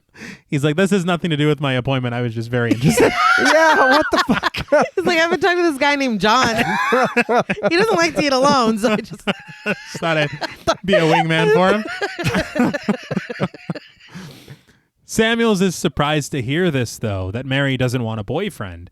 And Mary is surprised herself to admit it, that she honestly has no desire for the close company of other people. Samuels asks if she's always felt this way, and Mary isn't sure, acknowledging that she doesn't seem capable of being very close to people, but she does feel that she might be trying to reach out for those other things. But when Samuels wonders if this makes her feel guilty, Mary admits that she doesn't understand him or his line of questioning. Samuels then shares that he isn't a psychiatrist, and he admits that he might be clumsy at this, but he's suggesting that this figure might represent Mary's guilt. You're not a psychiatrist? What? Then what is this? Yeah, why did they tell you all that stuff? We've been talking for an hour. Yeah, what the fuck? You're writing shit down and showing me your back and shit. Yeah. That's doctor behavior. He's like, I'm a dentist, actually, but Like, what is like I don't know what his field is, but he's giving it his best. Yeah. He's just nosy, man. Yeah, but then he's giving the most like rudimentary bullshit. He's like, I think it's your father, actually. Yeah. So I mean, that's when she should have Just been like, low you're not hanging a... fruit. Yeah. But Mary finds the idea that this man represents her guilt ridiculous. But Samuel says that maybe it is, but frankly, he doesn't know. Thanks. Yeah. He's not a psychiatrist. Mary insists that if her imagination is running away from her, she's going to try to put a stop to it. Samuels comments that Mary is a very strong-willed person, to which she simply says that she survives. But Samuels then asks about that old pavilion by the lake, wondering if she associates it with all of this, and Mary supposes that she could go out there and put an end to that, too. Samuels urges her not to be hasty, but Mary insists that if it's all in her imagination, she could put a stop to it. He tells her that if she goes out there, someone should go with her. But Mary repeats his assessment that she's a person of strong will, and the time to go out there is now, and if she has to, she can go alone. She then rises from her chair, leaving the doctor's office, and he doesn't protest or anything. Yeah. It did make me laugh that he's like, you should really go. You shouldn't go alone. Well, Nothing. all right. Yeah. All right, have a good one. Like, I thought he was going to offer to go with her. No, he's like, I did say you were strong. But we then find Mary driving alone out to the old pavilion, parking her car in front of the white fencing that surrounds the place.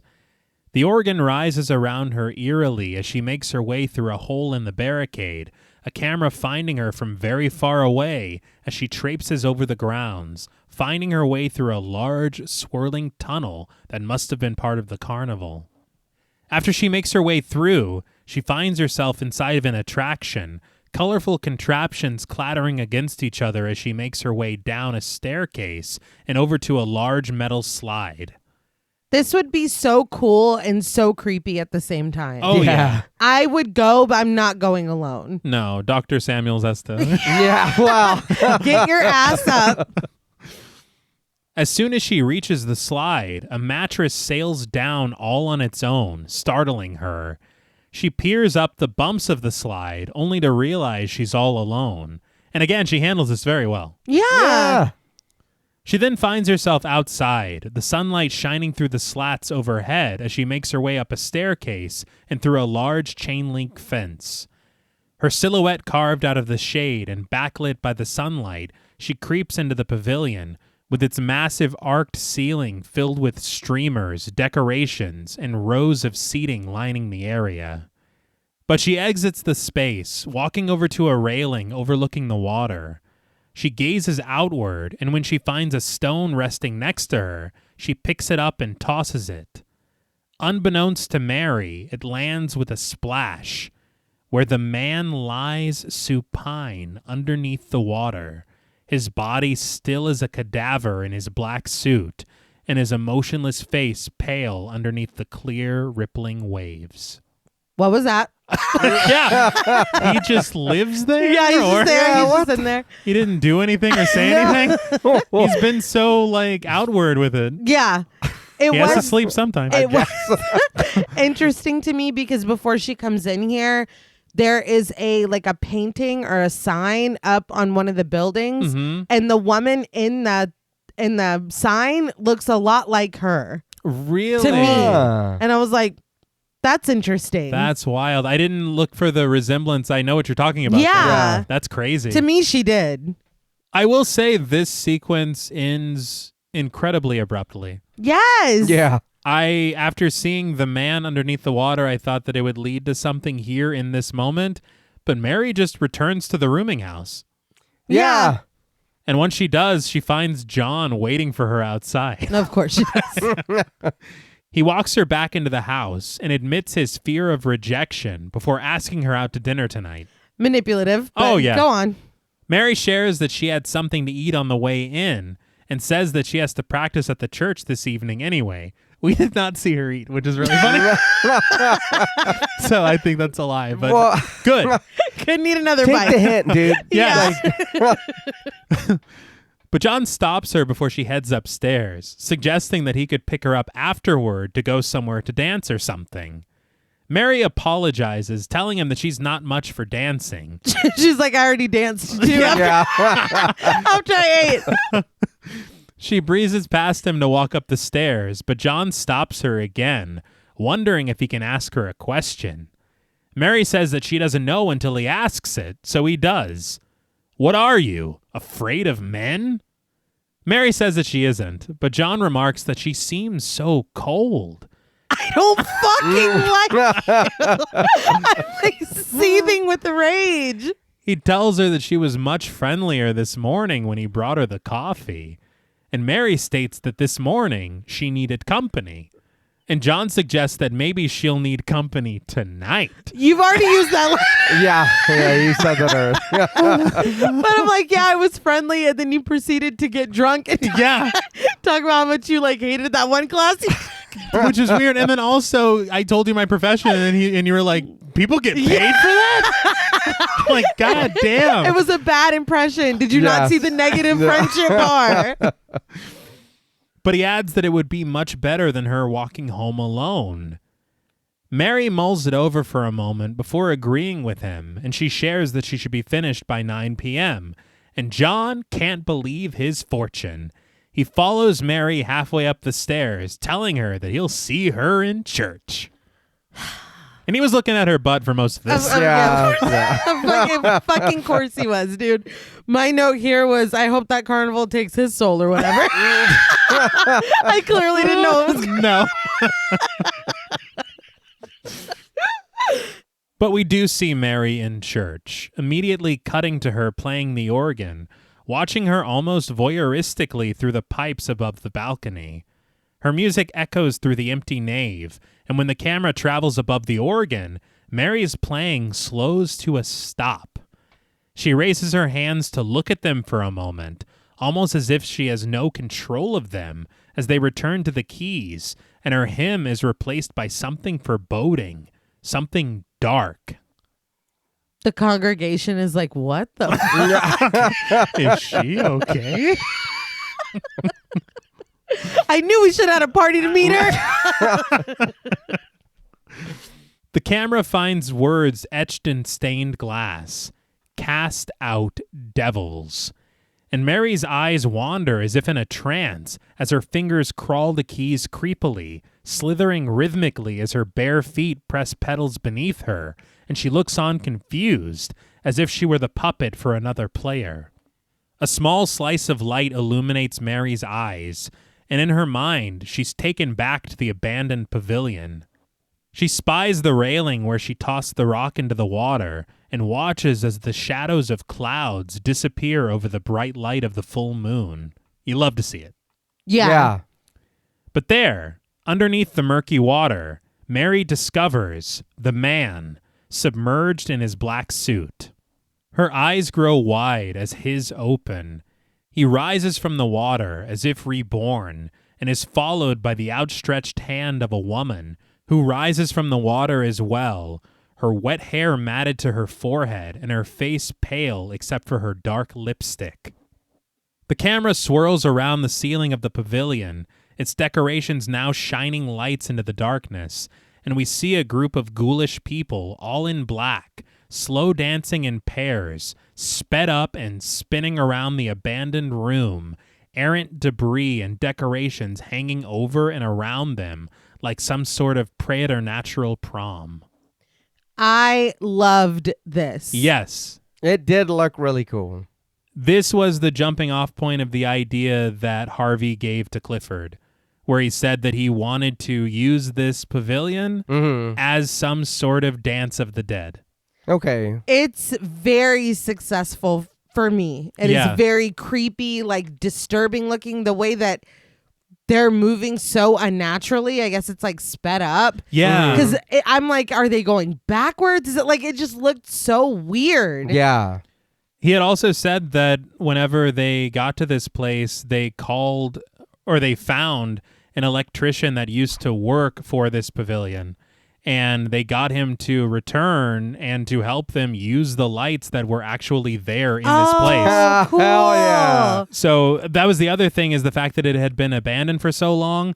Locals in the area saw that the lights were back on at the pavilion, and they were like, what the fuck? I bet. And so they had a bunch of calls to the police.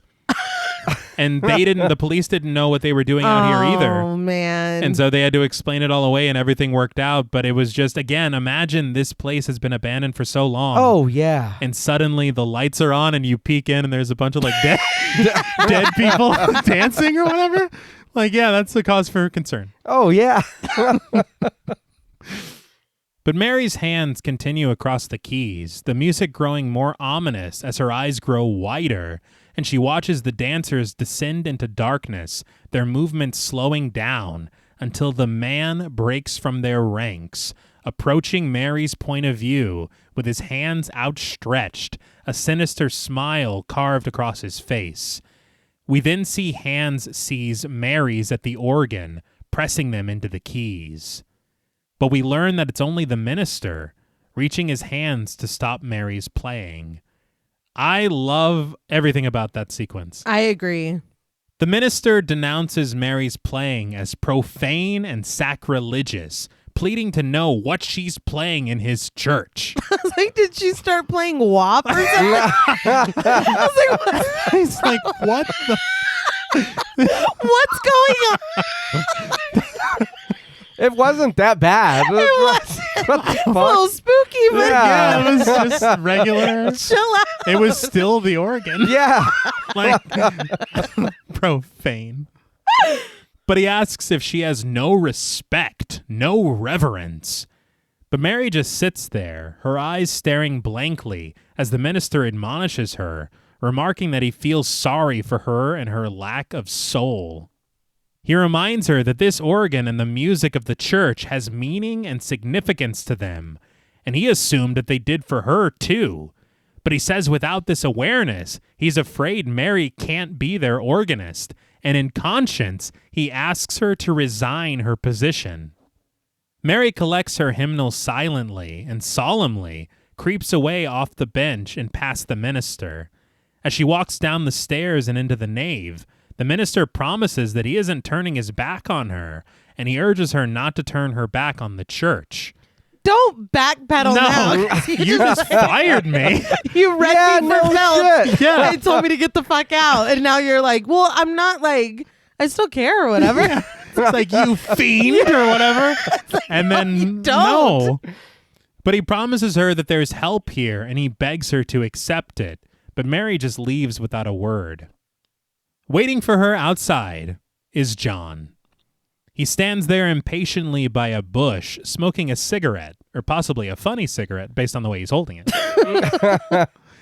As Mary steps outside, still seemingly in a trance, John snags her, commenting that he's been waiting a long time for her and directing her over to his car, assuring her that he knows just the right place to go. What's his deal, man? Like, I don't know. And then what we learn while at this bar is pretty wild. yeah. But after the camera glides over a jukebox blasting swing music, we find Mary and John seated together in a crowded bar, surrounded by dancing couples. Mary stares absently in her seat while John drinks. What? Yeah. After he takes another large gulp of his beer, he slams the glass down, asking Mary what's the matter. Doesn't she drink either? Mary answers, not really, which seems to confound John. I feel like we already talked about this. Yeah.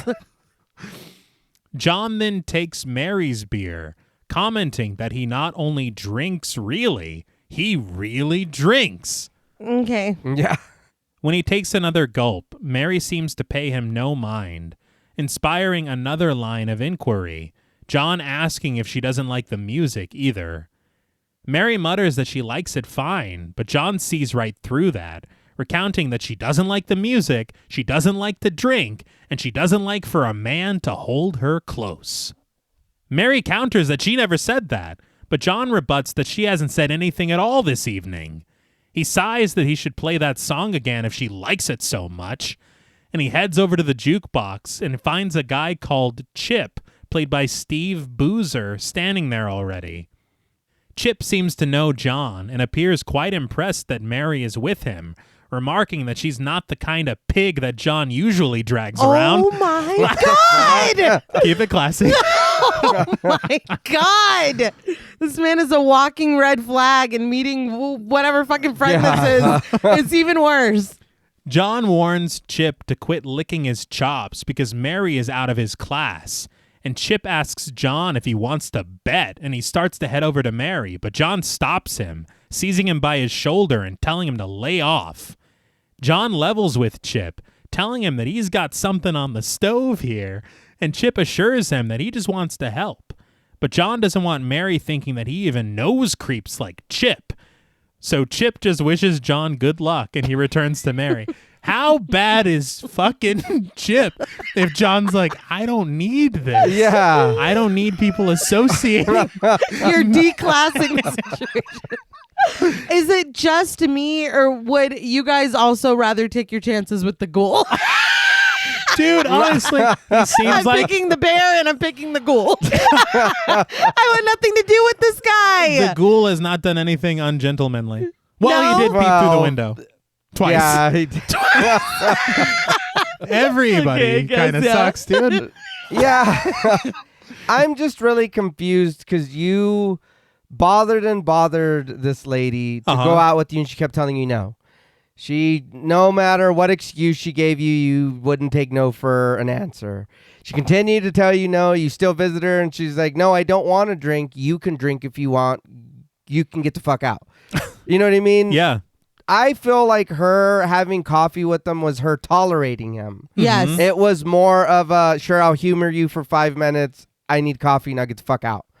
And for him to get mad, it's like, dude, she's already told you she doesn't drink. And she's told you she wants to be Yes. alone. yeah, I feel like after her nightmare, she probably did need some company. Yeah. I feel like anybody would have been fine. Right, Yeah. right. And this, after what she experienced at the church, she probably needs company again. But he's like judging everything that she says and does. Yeah. He's berating her. Yeah. And it's like, you finally, this is what you wanted. I'm out with you and you're treating me like shit. Yeah. And you wonder what she had said to Dr. Samuels, where she's like, I find it hard to be close to people. Mm-hmm. After this, it's like, She's like, no, I was right. No, yeah, yeah. I was right.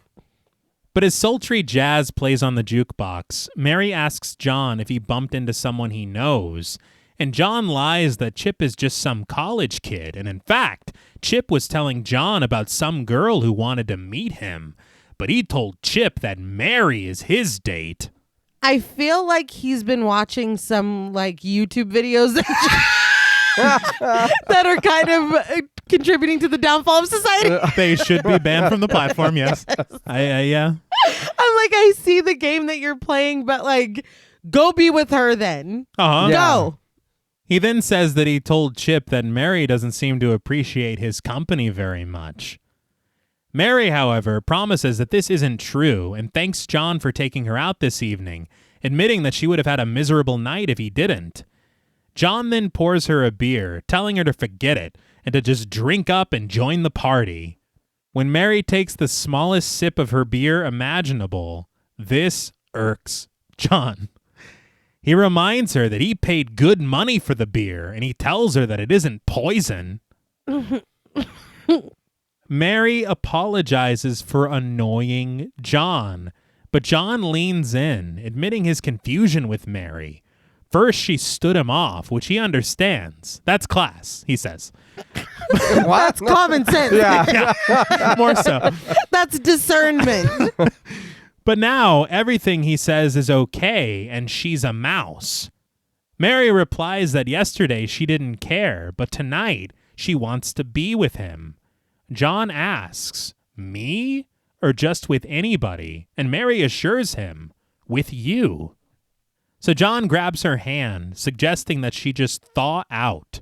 But when Mary doesn't reciprocate in the way that he wants, John recoils, slinking into his chair and urging Mary to just be alone if she wants.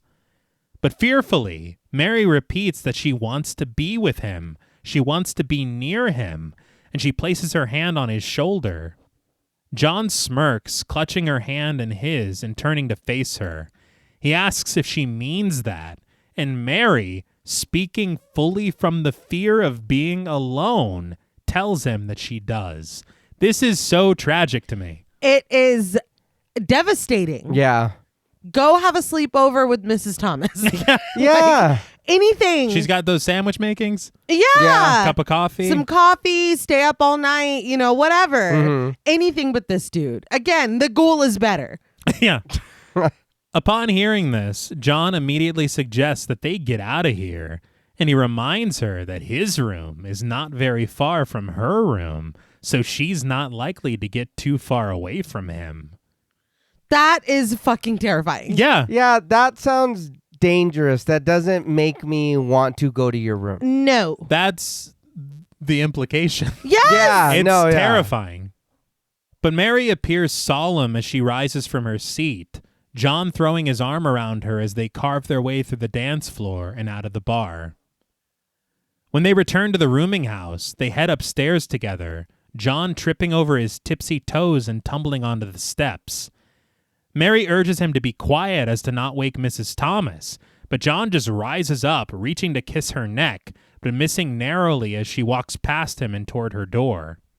She opens it, and before she can step into the darkness of her living room, John stops her in the light of the hall. He presses himself to her, begging to come inside with her, reminding her how much she doesn't want to be alone. Right? But Mary pulls away from him, stepping into her apartment, before she admits that she doesn't want to be alone. So John's silhouette joins hers in the dark, and he immediately swoops upon her, kissing the back of her neck. But as she turns around to face him and he leans in to kiss her lips, Mary pulls away again, switching on the light. I really loved the way that this was shot because it made it seem like this loneliness was so dark and fearful, and he's standing in the light of the hall as kind of like this answer and this reprieve from what she's been experiencing. It's just like a very interesting way to shoot that. Yeah. Okay. But John reminds her that she invited him in, so she must like him a little bit, right? But she once again breezes past his advances and into her bedroom. She rests forlorn on her dresser with her eyes closed in front of the large mirror. Instead of checking on her or asking any questions whatsoever, John just sidles up to her again, and he starts to kiss her neck. But when Mary opens her eyes, it's the man who stands behind her, burying his pale face into her hair with a sinister smile. Mary screams, but when she turns around, the man is gone, and John isn't even next to her. He walks over from the side of her bed, asking her what's wrong and what's going on. I thought that was very strange. Yeah. He was pretty far away. Yeah. I was like, is that an editing issue or like, what the hell was that? Great question. It's the surrealism. Oh, okay. Right. But through her shaky breaths, Mary can only mutter, "The man's after me." She pleads with John to stop him and to help her, but as she reaches for him, he pulls away from her furiously, getting into her face and shouting that this is just what he needs, getting mixed up with some girl who's off her rocker. Tears streaming down her face, Mary cries that she doesn't want to be left alone, but her only answer is John slamming her door behind him as he makes his way back to his apartment. He said, "Don't dream about me no more, kid." Yeah. That's wild. He was out. Mary clutches her hair, sobbing, before pushing furniture in front of her door to barricade herself. She reaches frantically for the drapes of the window, the organ growing frenzied before we fade to black. But the next morning, Dr. Samuels descends the staircase of the rooming house after paying Mary a visit. Mrs. Thomas stands waiting for him at the bottom of the stairs, asking what he found out, and Samuels laments that he didn't gather much, but Mrs. Thomas shares that she's just grateful that he was around. She says that she was going to call someone, but she was afraid that she would have to pay the bill. So how did you find out about Dr. Samuels? Yeah. Oh, yeah. I'm just very confused because she's like, I'm not calling anyone because I'll have to pay for it, but you're here? Yeah. Did you show up? It is. Because he says that he came on purpose. Yeah. Yeah. Is he following her? But how does he know where... I guess Mary did tell him everything. Oh, that is true. It feels, I don't know. It doesn't make a lot of sense, and it almost feels like there's a touch of like conspiracy going on if all of these people know or whatever. Uh-huh. But it's like, I don't know. It is odd. And he's not even a psychiatrist. No. As well. And he made that very clear. Yeah. But he does admit that he came on purpose as he's been thinking about Mary ever since she left his office yesterday. He asks what Mary has been up to, but Mrs. Thomas can only let out a sigh, remarking that only the devil knows, before sharing that she heard Mary moving things around upstairs all night. And her eyes trace the ceiling as she says that she's never heard anything like it, and Mary wouldn't let her in her room this morning either. We can only hope that all of those strange noises were Mary killing John. Yeah. Because all we seen was her move what? Like a table or something? Yeah. A chair? All night. Yeah. Samuels calls Mary a strange one, revealing that she refused his help. And though he says that he can't blame her, he admits that there's something about Mary that completely baffles him. But he tells Mrs. Thomas that he urged Mary to call him if she thinks that she needs help, and he hopes that she does. But after everything, Mrs. Thomas refuses to let Mary stay in the house, and Samuels assures her that Mary has no intention to stay. She wants to leave the city and get away as soon as possible. So I guess there is no doctor-patient confidentiality. No. He's not a psychologist. No. Yeah, so he can't say whatever. He's Yeah. just like, listen, she was telling me some, some crazy shit, dude. He's like, I'm really just here as Mr. Samuels. Yeah. I left the doctor back at the office. Mrs. Thomas expresses her hope that Mary does leave, and Samuels hopes that she can leave. Upstairs, Mary packs her things in her suitcases, collecting them with her sweater slung over her arm before creeping her way down the stairs step by step. When she reaches the bottom, she finds Mrs. Thomas standing there in front of the kitchen door with a look of surprise, asking if Mary has decided to leave and wondering where she's going. But Mary just walks away without answering, Mrs. Thomas lamenting that she couldn't possibly refund any of Mary's rent if she just walks off like that. But Mary doesn't care, and we watch her pile her belongings into her car, turn her key, and pull away from the curb. The camera follows her as she stares straight ahead, continuing down the road. But as she drives, a mechanical sound screeches underneath her, prompting her to pull over at an auto shop. The garage door opens for her, and she pulls the car inside, and she's met in moments by a mechanic played by Bill DeJarnette, who guesses from the sound that there must be a problem with her transmission and asks her to drive the car over the rack.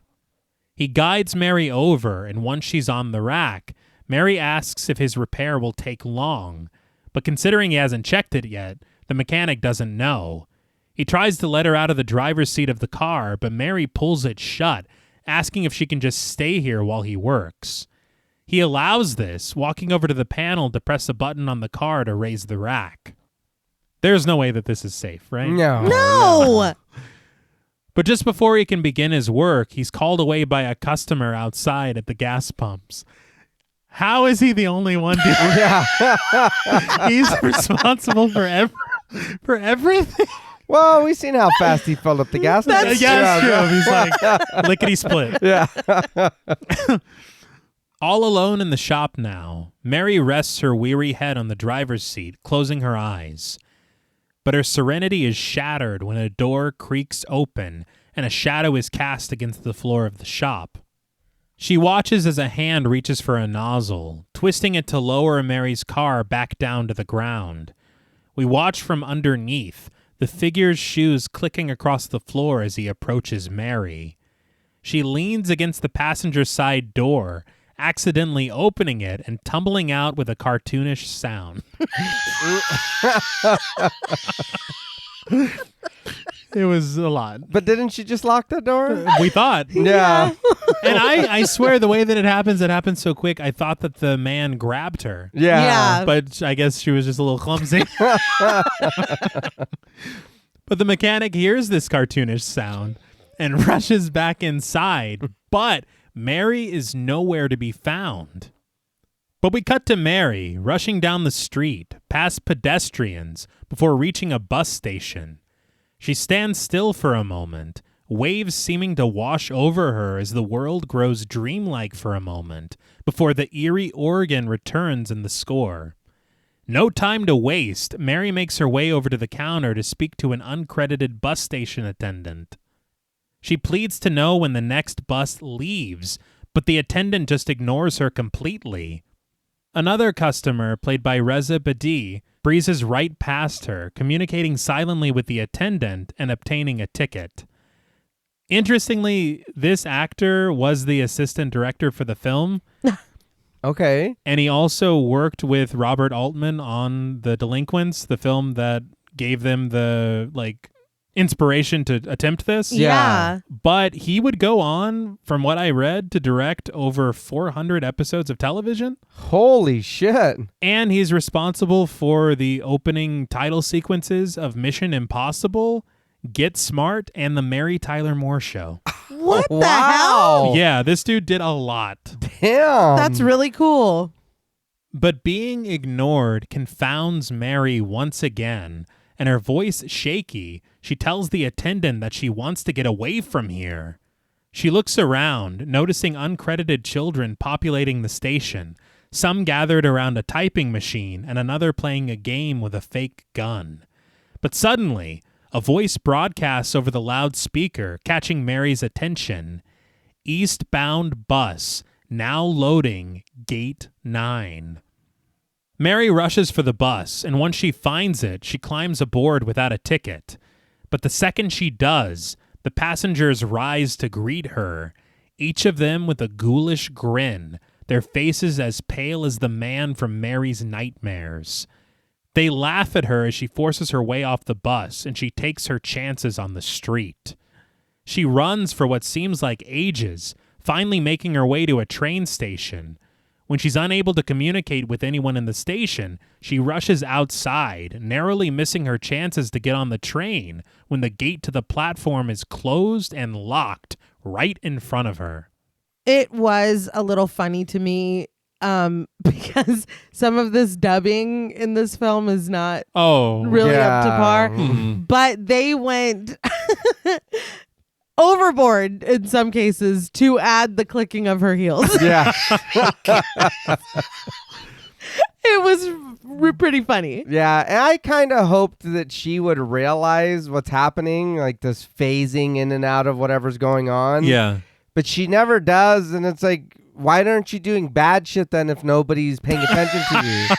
Like, start pickpocketing. Well, not even that, but like you're yelling and telling them, listen to me, how come nobody's, why aren't you breaking anything, or why aren't you pushing anyone? Why aren't you you're very, nobody's helping me. Mm-hmm. You're not really doing anything. Well, she did stop to get that drink of water. Yeah. That's from all the shouting in your throat. Yeah.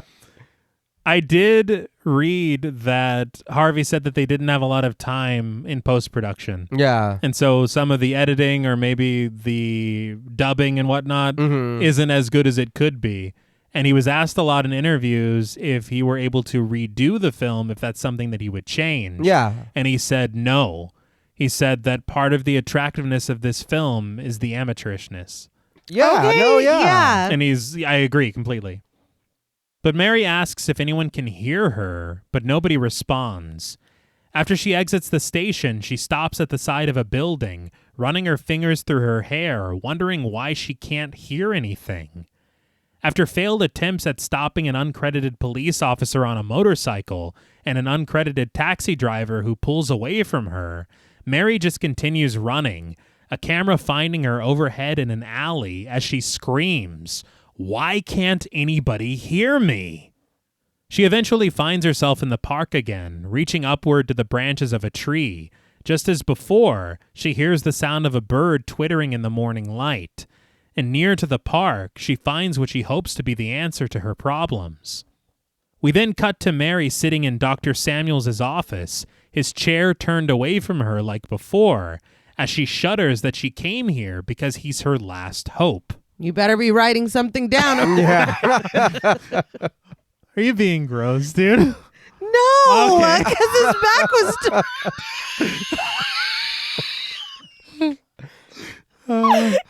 back was turned. Yeah. All right. And what I'm afraid of happening is probably about to Yeah. She reveals that if he doesn't help her, she'll have to go back out there, and he is trying to take her back somewhere. I will say that has changed completely because she was just afraid at sightings of him. Yeah. And now she has ascribed a motive to whatever he's doing. Right. Which fits my theory quite well. Okay. But when Samuels doesn't answer her, Mary pleads with him to tell her what to do. But we watch as the chair rotates in Mary's direction, revealing that it is not the doctor occupying the seat. It's the man. I fucking knew it. At least he's got a sense of humor. Yeah, that's honestly pretty funny. Yeah. Mary screams wildly, directly into the camera, but her screams stir her from sleep, and she wakes up behind the wheel of her car, back at the mechanic's shop. She seems to get over her nightmare almost immediately because she just switches gears, reversing out of the shop and onto the street. It did get me though, because I Yeah. was surprised that was a dream. I will say that I enjoyed that a lot. Her waking up and it was like, oh, fuck. I did not expect that whatsoever. No. She speeds away as the mechanic just stands there at the gas pumps, shaking his head in confusion. But we see Mary's car driving on the long road toward the old pavilion, the organ rising around her as she steps out, approaching the large and looming structure on foot. As the wind howls, Mary stands silhouetted against the archways and the railing overlooking the water. The shot is gorgeous. Yeah. Mm-hmm. Her face is stoic and overtaken by shadows as she watches various ghoulish figures rise up from the lake, their pale and cold faces pressing toward the camera. Afterward, Mary makes her way into the pavilion, where the figures once again slow dance together to the pulsing and nightmarish organ. We spy beneath dancing partners, their beleaguered bodies billowing and emotionless eyes staring outward. But in the fray, Mary recognizes the man, only this time, he has a dancing partner. There, clutching hands and spinning with him, her face corpse-like, ashen and haunted, in the black dress that she found in the dress shop, a black dress befitting of a funeral, is Mary. The man smiles as they spin toward the living Mary, and once they reach her, the man dips his partner, and the ghoulish version of Mary flashes a frozen and ghostly grin to her living counterpart. This visual is really scary. Yeah. Legitimately. Like genuinely It's pretty frightening. cool. Mary screams wildly, running away from the pavilion, but is followed by the ghouls, all in black, chasing her and rising up to meet her and shock her every moment she thinks she's lost them. They laugh madly, chasing her toward the beach, where she collapses, and in a POV shot, they swarm her on the ground. But the next morning, Dr. Samuels, the minister, and an uncredited police officer arrive at the pavilion, where they find Mary's car. The men follow a trail of footsteps to the beach, where the officer explains that the trail leads here, and we see Mary's footprints that she left behind, as well as a divot in the ground where Mary collapsed, along with her small handprint in the sand. The officer explains that this is where the trail suddenly ends. Samuels and the minister can only look around puzzled, unsure what to make of the scene. But back in Kansas, the police and rescue continue to drag the lake, boats gliding over the water and men waiting at the river's edge for any sign of something. Suddenly, an uncredited man in a boat calls out to the others, alerting them that the Buick is right beneath him and ordering them to bring it on up. Another uncredited man stands at a truck, switching on a winch at the back of it and finally catching something beneath the murky tide.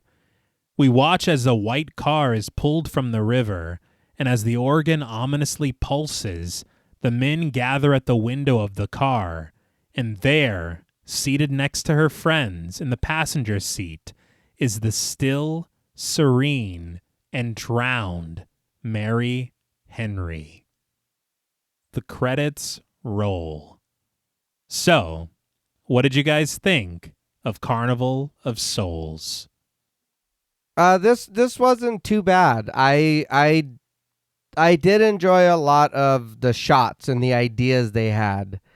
For me, I think it was just a little confusing.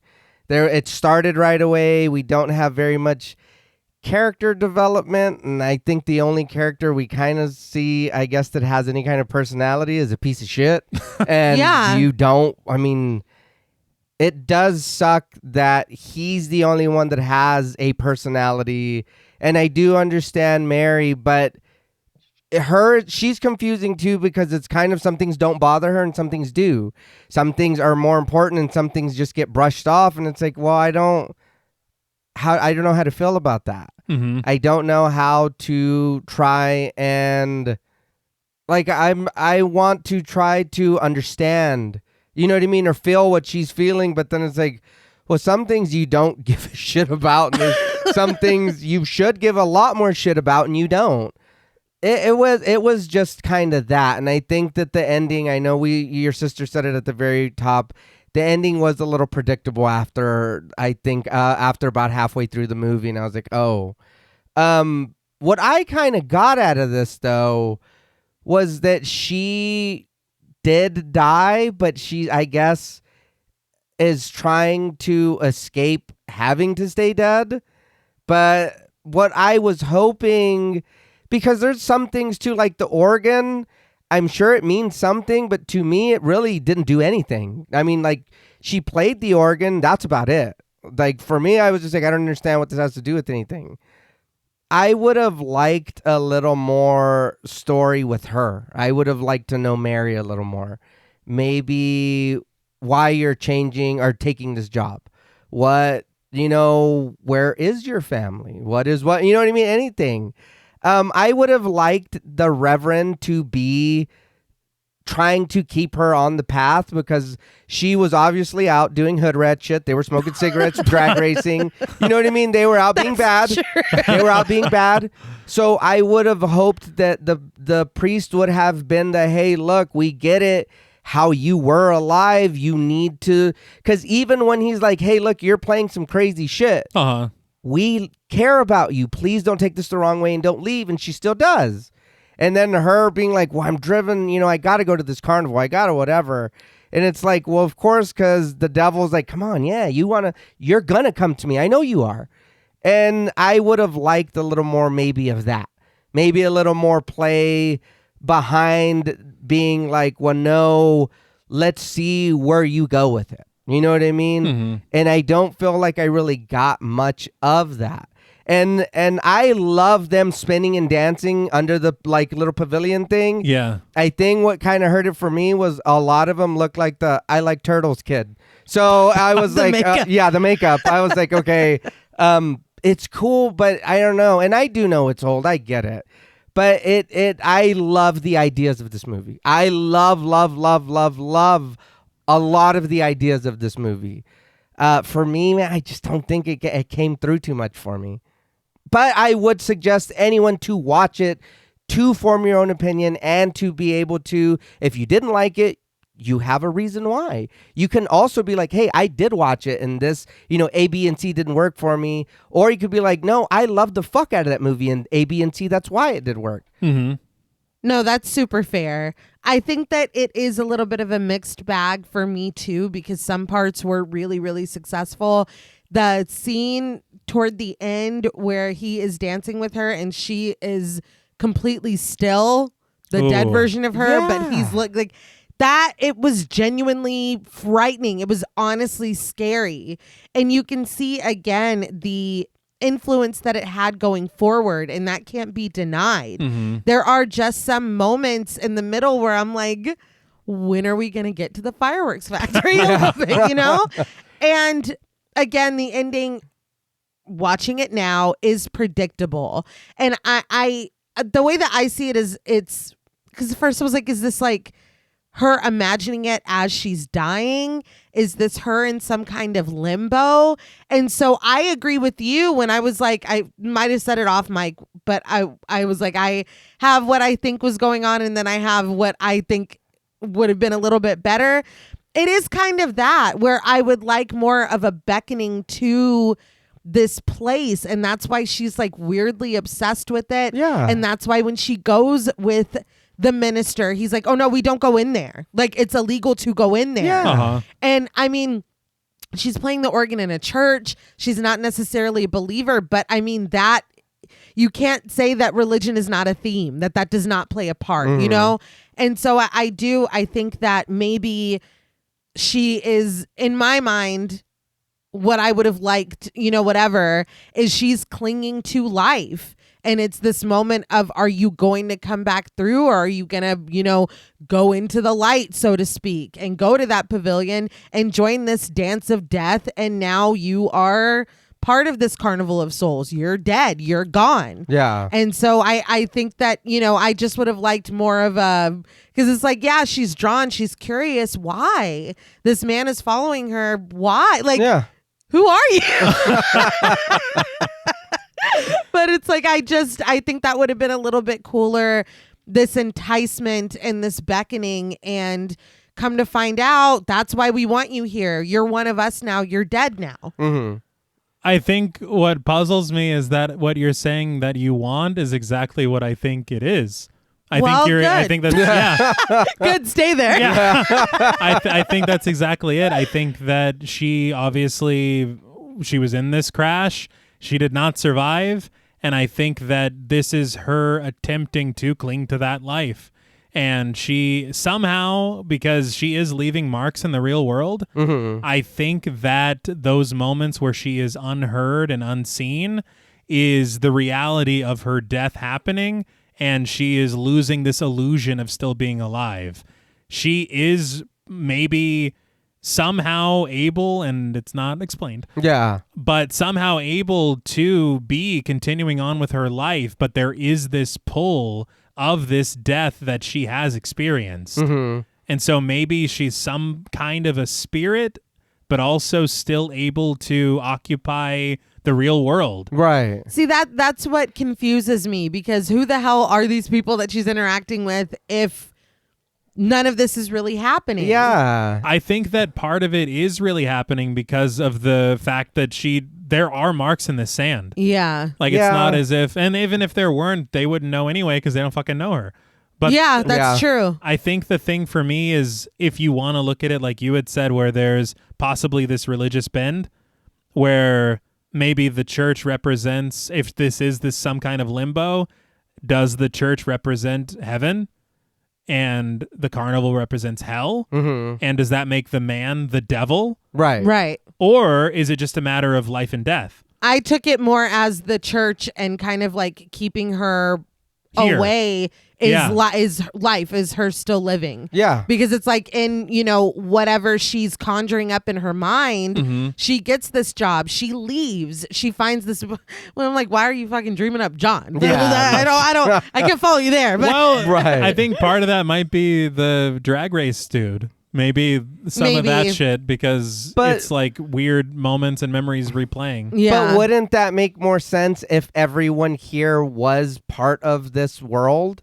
And that's what I was thinking. You know, Yeah, you know when what I mean? the doctor or whatever Yeah. the fuck it is, when he goes to the house and he's talking with the landlady, I was like, okay, so what is this? Are you all players in this? Like, And where is she gonna end up? Game? I'm glad you brought that up, because that was something too that confused me a lot. Everyone seemed like they knew her, or they were in on something. Everyone acted like they knew what the fuck she was supposed to be there, knew why she, you know, what was and it just, the doctor was a main one, and I was like, you seem like you are waiting for this. What is the payoff here? Yeah, because he's like, come to my office. It's like, Yeah. what the hell what is this? I feel like it's very up for interpretation, which is always interesting. Yeah. I will say, from the writer, Clifford, firstly, he had said that a lot of people will watch this now and say the ending is inevitable or obvious. Right. But he said that was not the case in 1962. Okay. And he said also, when it came to the writing process, he said, we see Mary emerge from the water in the beginning, and we had no idea what we would make of this, what it would mean later, or how it would impact the story. Okay. And so it only came to be this ending as he continued writing it. So it wasn't like it was anything that was super planned out. Right. She comes out of the water, and we already know that she's dead. How do we get back there? Okay. It was, she comes out of the water, and what's next? What do we do now? Yeah. Yeah. So they just yes-anded themselves. Yeah. Basically. Yeah. Now we're in Utah. Yeah. But I do like this idea of and I read some critical analysis where they were talking about, I had said Orpheus and Eurydice, Yeah. where she is Orpheus and Eurydice. She is stuck in this hell and she's trying to rescue herself from it.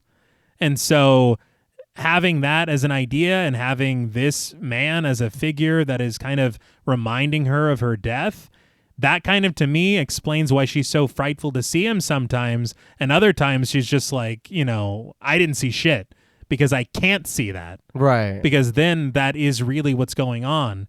And these weird moments of like waves crashing over her before she starts to be ignored, that's, I think, her reality closing in on her. Right. The realization of, Yeah. oh, I'm in the water. Yeah. And so it's like shattering this illusion that she has. Mhm. But it's so fascinating and that's the thing is, again, Clifford had said, people have asked me, what does this mean? He goes, and I feel bad telling you, I don't know. He goes, none of it was really planned out to where it's like, this is this deep meaning. Yeah. We wrote a movie we thought was cool. Yeah. Basically. And I respect it. I get it. Yeah. But I do think, and the thing with the church organ as well, being the kind of constant sound that she hears, it is something that was so prevalent in her life. And so I feel like that's why it keeps playing this part, why the score is so sparse, because we're living in her vision. Okay. And so it's something that meant something to her, and that's the only reason that's all we're hearing. Right. But again, that's just my interpretation. Yeah. Okay. But I really, really love this movie, especially with what it set out to accomplish, maybe unintentionally, as far as this deep meaning that apparently the writers did not mean to give. But I just love the vibe of it. I love the atmosphere. I love the charm of it because there is that amateur aspect of it, and also such an inspirational tale of this film being made in the first place. Yeah. I think that I think we can just slide into ratings at this point, right? Yeah. I think a lot of the performances are actually really good. There are some that are quite campy and theatrical, but they're fun. Yeah. And they kind of fit the vibe of what this film is. I think a lot of the visuals are so incredibly successful for me. Everything with the man and everything in that pavilion, especially that dance. Yes. Oh, yeah. And that moment at the end where we see the ghoulish Mary, and it's like, this is your fate. Mm-hmm. And that is frightening. And they close in on her, and she does. She joins the Carnival of Souls. Yeah. And so it's just like such a very interesting film and so influential in so many ways. So many of our favorite things have clearly borrowed from this. Mm-hmm. Something else that a lot of critics had mentioned was a kind of overlap between Carnival of Souls and The Sixth Sense. And Carnival of Souls and Jacob's Ladder. Jacob's Ladder. We should cover that at some point. Mm-hmm. I see The Sixth Sense, but not all the way. Yeah. Like, I wouldn't say it enough that it's, I don't know. I think that you can see shades of it. I wouldn't say, I don't think that I would watch The Sixth Sense and be like, this is just like, Yeah, no, not at all. No. this is the same movie. I Definitely wouldn't not. do that. But I think you can see like little things here and there. Like even when I said Mulholland Drive at the beginning, it begins with a car crash. It has these surreal, like there's little shades of things here and there, but it doesn't say like, oh, this is just a carbon copy of. Right. Yeah. But I think that's kind of what homages should do. Mm-hmm. They should be their own thing, kind of standing on the shoulders of the art that came before you. Yeah. But I could go on and on. I just really appreciate this film, and I love it's a very comfortable movie. Just setting into it, it's almost like watching a long Twilight Zone. Yeah. Okay. But for me, out of 10 ghoulish galas, I am going to give Carnival of Souls 8 ghoulish galas out of 10. I know that the film isn't perfect, but I really, really appreciate everything that they did here, and I will absolutely watch this again many, many, many times. But I will now open the floor to you. So, I'm probably going to get my Simon on here. So it's It's been a while. Yeah, I know. I hear you, and I do like a lot of the visuals in the movie, and the ending was cool with the dancing and all that. For me, I don't feel like what we got at the beginning and the middle was strong enough to, like, the end wasn't strong enough to carry what we got at the beginning and the middle. The ending was kind of just, that was neat. You know what I mean? Not neat. Yeah. and I do agree that a lot of it you can see and be like, oh, so-and-so borrowed from that, or we whatever. Or you see, it's like, I bet that inspired so many people to see that. But it just, a lot of it was very just like, oh, well, what are we doing now? And I would have just liked maybe, again, please give us more Mary instead of John. I don't need to deal with that dude. You could give him 2 lines. We know who you are. I don't need you to keep talking. I don't need you to go on a rant in a bar. I don't need you to buy me a drink. I don't need you to lie to your fucking crummy friend. But like, he's too much in there. He's just too much there. The Chip. Yeah.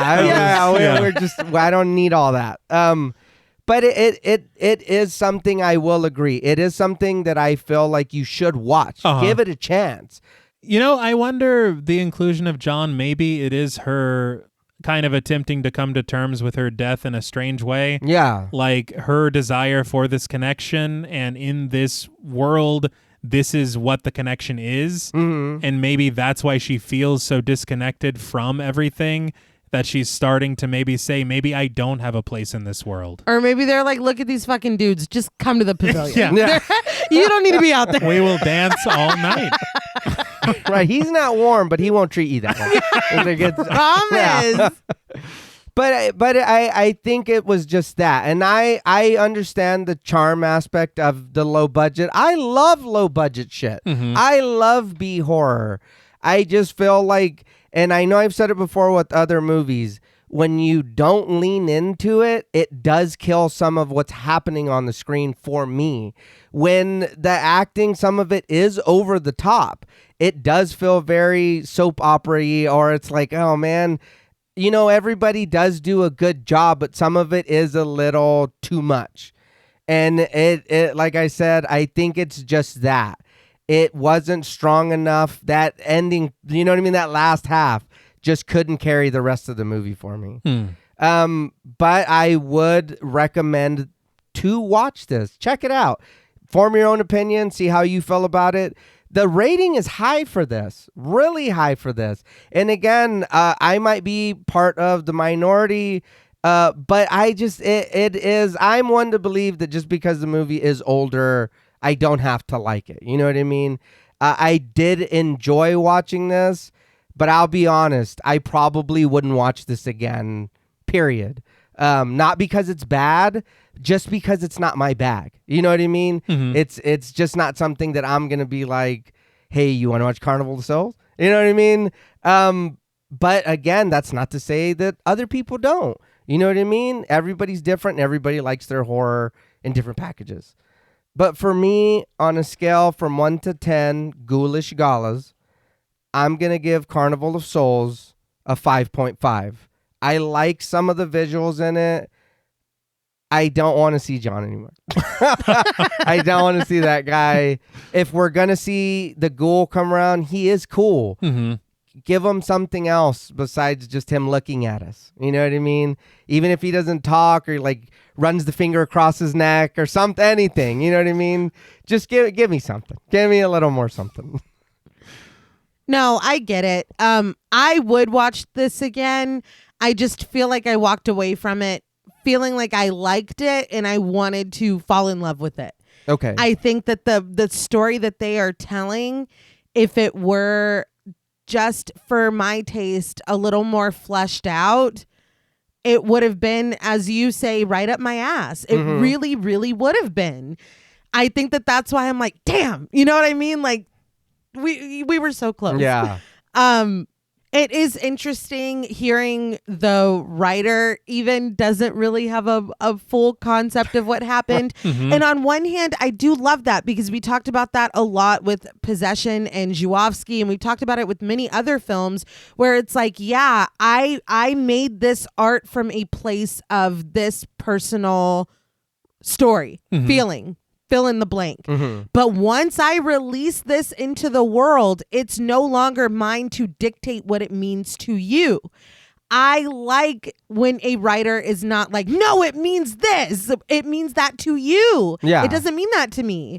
So on one hand, I do appreciate that this writer is not precious about what this story is or even what it means, because frankly, he doesn't really know what it means. No. But on the other hand, I watch this and I digest it as a person who loves a twist, as a person who loves a mystery, a dark mystery, as a student of M. Night. And I'm like, yeah, I can kind of tell that you don't really know what was going on.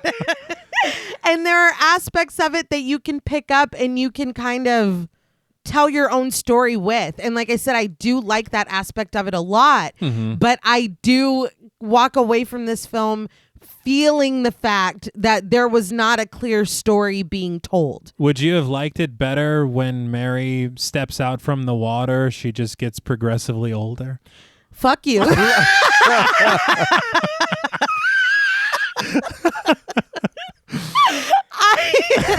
But you know what? He knew what fucking story he was telling. No, he didn't. Not that time. Not that time. Yeah, that was a little weird. Yeah. That Listen. Bonitis. yeah, whatever. What the fuck happened, dude? There was a car talking. I don't know. As a student of M. Night, I want to make it clear M. Night is not on trial here. This is not the Hey, conversation I we're didn't having. bring him up. Anyway, I'll always bring him up. My point is, whether I would have liked the story or not, or whether I would have been like, damn, I wish it was more of this or more of that or whatever, I think that I just would have appreciated a more of a sense of, oh, okay. Because even, yeah, we came up with some really cool theories here. No matter what theory we have, there's a character or a scenario or a situation that doesn't quite fit. And that's what happens when there is no clear story being told, to my taste, in my opinion. You mean like when Bruce Willis was sitting across from Toni Collette for no reason in the apartment? Or In his mind. just to trick us, sir? Yeah. You know what? Don't be... No, look, that movie's perfect. It's a 10. It's a 10 out of 10, but there are some moments. I don't give a fuck. My point is, but again, that was a clear story. And even if, it's like, whatever, like, it's fine. It's good enough to be fine. It's good enough. This was not good enough to be fine. All right. It was good. But again, I have my interpretation of what happened. And even so, there are things that don't make sense to me. And to an extent, that's okay. But I think that this film really pushes the envelope. Yeah. No, it does. It does, for sure. But all that being said, I did enjoy the experience. Specifically, the moments in that pavilion are truly frightening. Like, that was not like, ooh, for the time. It's like, no, today. I'm scared. Like, it's frightening. Yeah. And I appreciate that to the point where I'm like, I almost want more of that feeling to like tide me over as we're going through. I'm not asking for a climax throughout the film. Right. But I would have liked just a little bit more than that. Yeah, the man is scary, but he's only going to get us so far without getting to the fireworks factory, for lack of a better term. Well, there were more ghouls, which was pretty cool. Yeah, but he was the coolest ghoul. He was, but but yeah. But I am rambling. I did like this a lot. I would watch it again. I just really wanted to love it. And I think on paper, I should have. So maybe I'm just like, what the hell's going on? But I did like it. So on a scale from 1 to 10, ghoulish galas, as a student of M. Night, no, I'm just kidding. I did give Carnival of Souls 7 out of 10 ghoulish galas. I really just would have loved a little bit more. I just would have loved a little bit more. Well, that's all from us at Pod Mortem. What would you rate Carnival of Souls, and what should we watch next? Let us know on Twitter at the Pod Mortem. Don't forget to follow us on Instagram and like our Stairhole Productions page on Facebook. Be sure to follow each of us on Twitter at TravisMWH, at Blood and Smoke, and at RealStreeter84. Thanks again to Original Cinematic for sponsoring this week's episode. Please consider pledging to our Patreon, where you'll gain access to bonus content, our monthly schedule, our Discord server, and the opportunity to help us decide which films to cover. And if you're looking for Pod Mortem and Stairhole Productions merch, follow the link in our episode notes. Stay tuned until after the music for a special thank you to our Wendigo Getter patrons. And remember, though it may feel tempting to run away from your problems, facing them head on could be your bridge to inner peace. Until next time.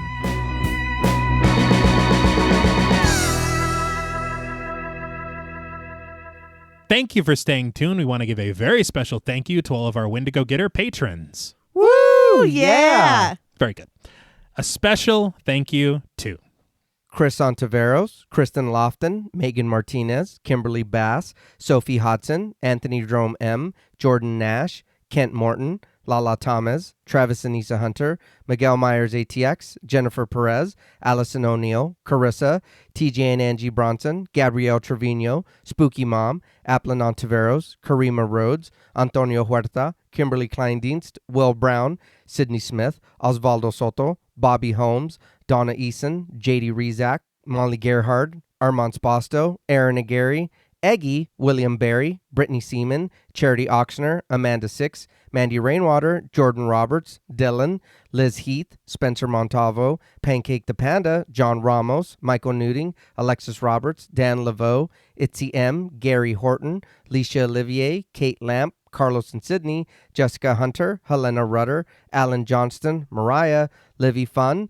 Scott Troutman Wise, Talton Watson, Mozzie Bear, Brittany G, Dave Burke, Adrian Stakes, Daniel McGinnis, Emma Hagel-Kissinger, Valerie G, Emiliana, Brian Glass, CB, Taylor Santana, Will Lewison, Angelique, Smelly Poo Poo Head, Beth Bauer, Cookie, Esperanza J, Jason Kyle, OKC, Joshua Rumley, Danielle Peralta, Brandon, Sawyer Reese Farr, Sahara, Girl That's Scary, Cassandra, Andrea Simmons, Ashley Higuera, William and Xxena Rush, Ryan Brom, Megan Ochoa, Laura Lassiter, Eileen O, Marissa E, Sydney, Henry F, Megan M, Strangely Sarah, Christy Beck, Nancy and Andy, Amanda Lopez, Andy Terrell, Jason Hanovan, Katie K, Erica Morin, Cameron S, Nicole Stewart, Tris Wynn, K.87, Mariah Jensen, Carrie A, Lonnie Lono, Powell,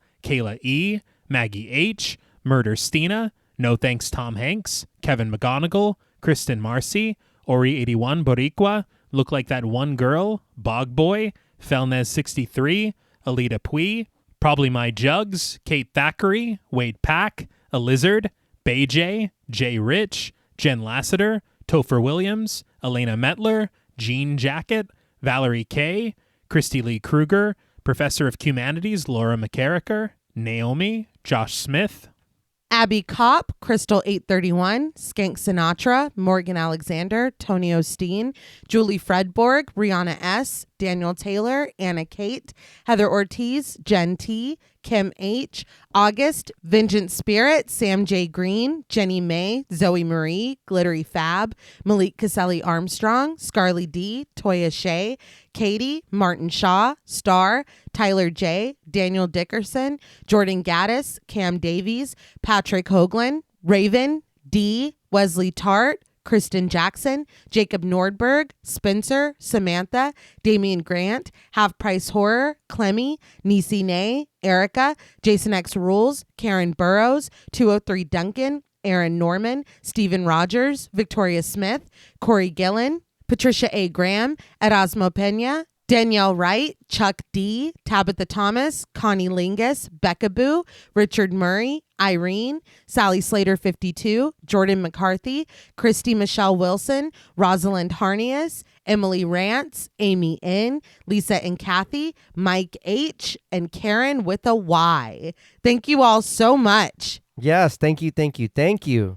Thank you all. We appreciate you so much, and we hope that you know that you keep us afloat. Oh, Yeah. she wasn't. No, she drowned. Oh, fuck. Sorry. Jesus Christ. I didn't mean to end it like that. Welcome back. Yeah. Until next time.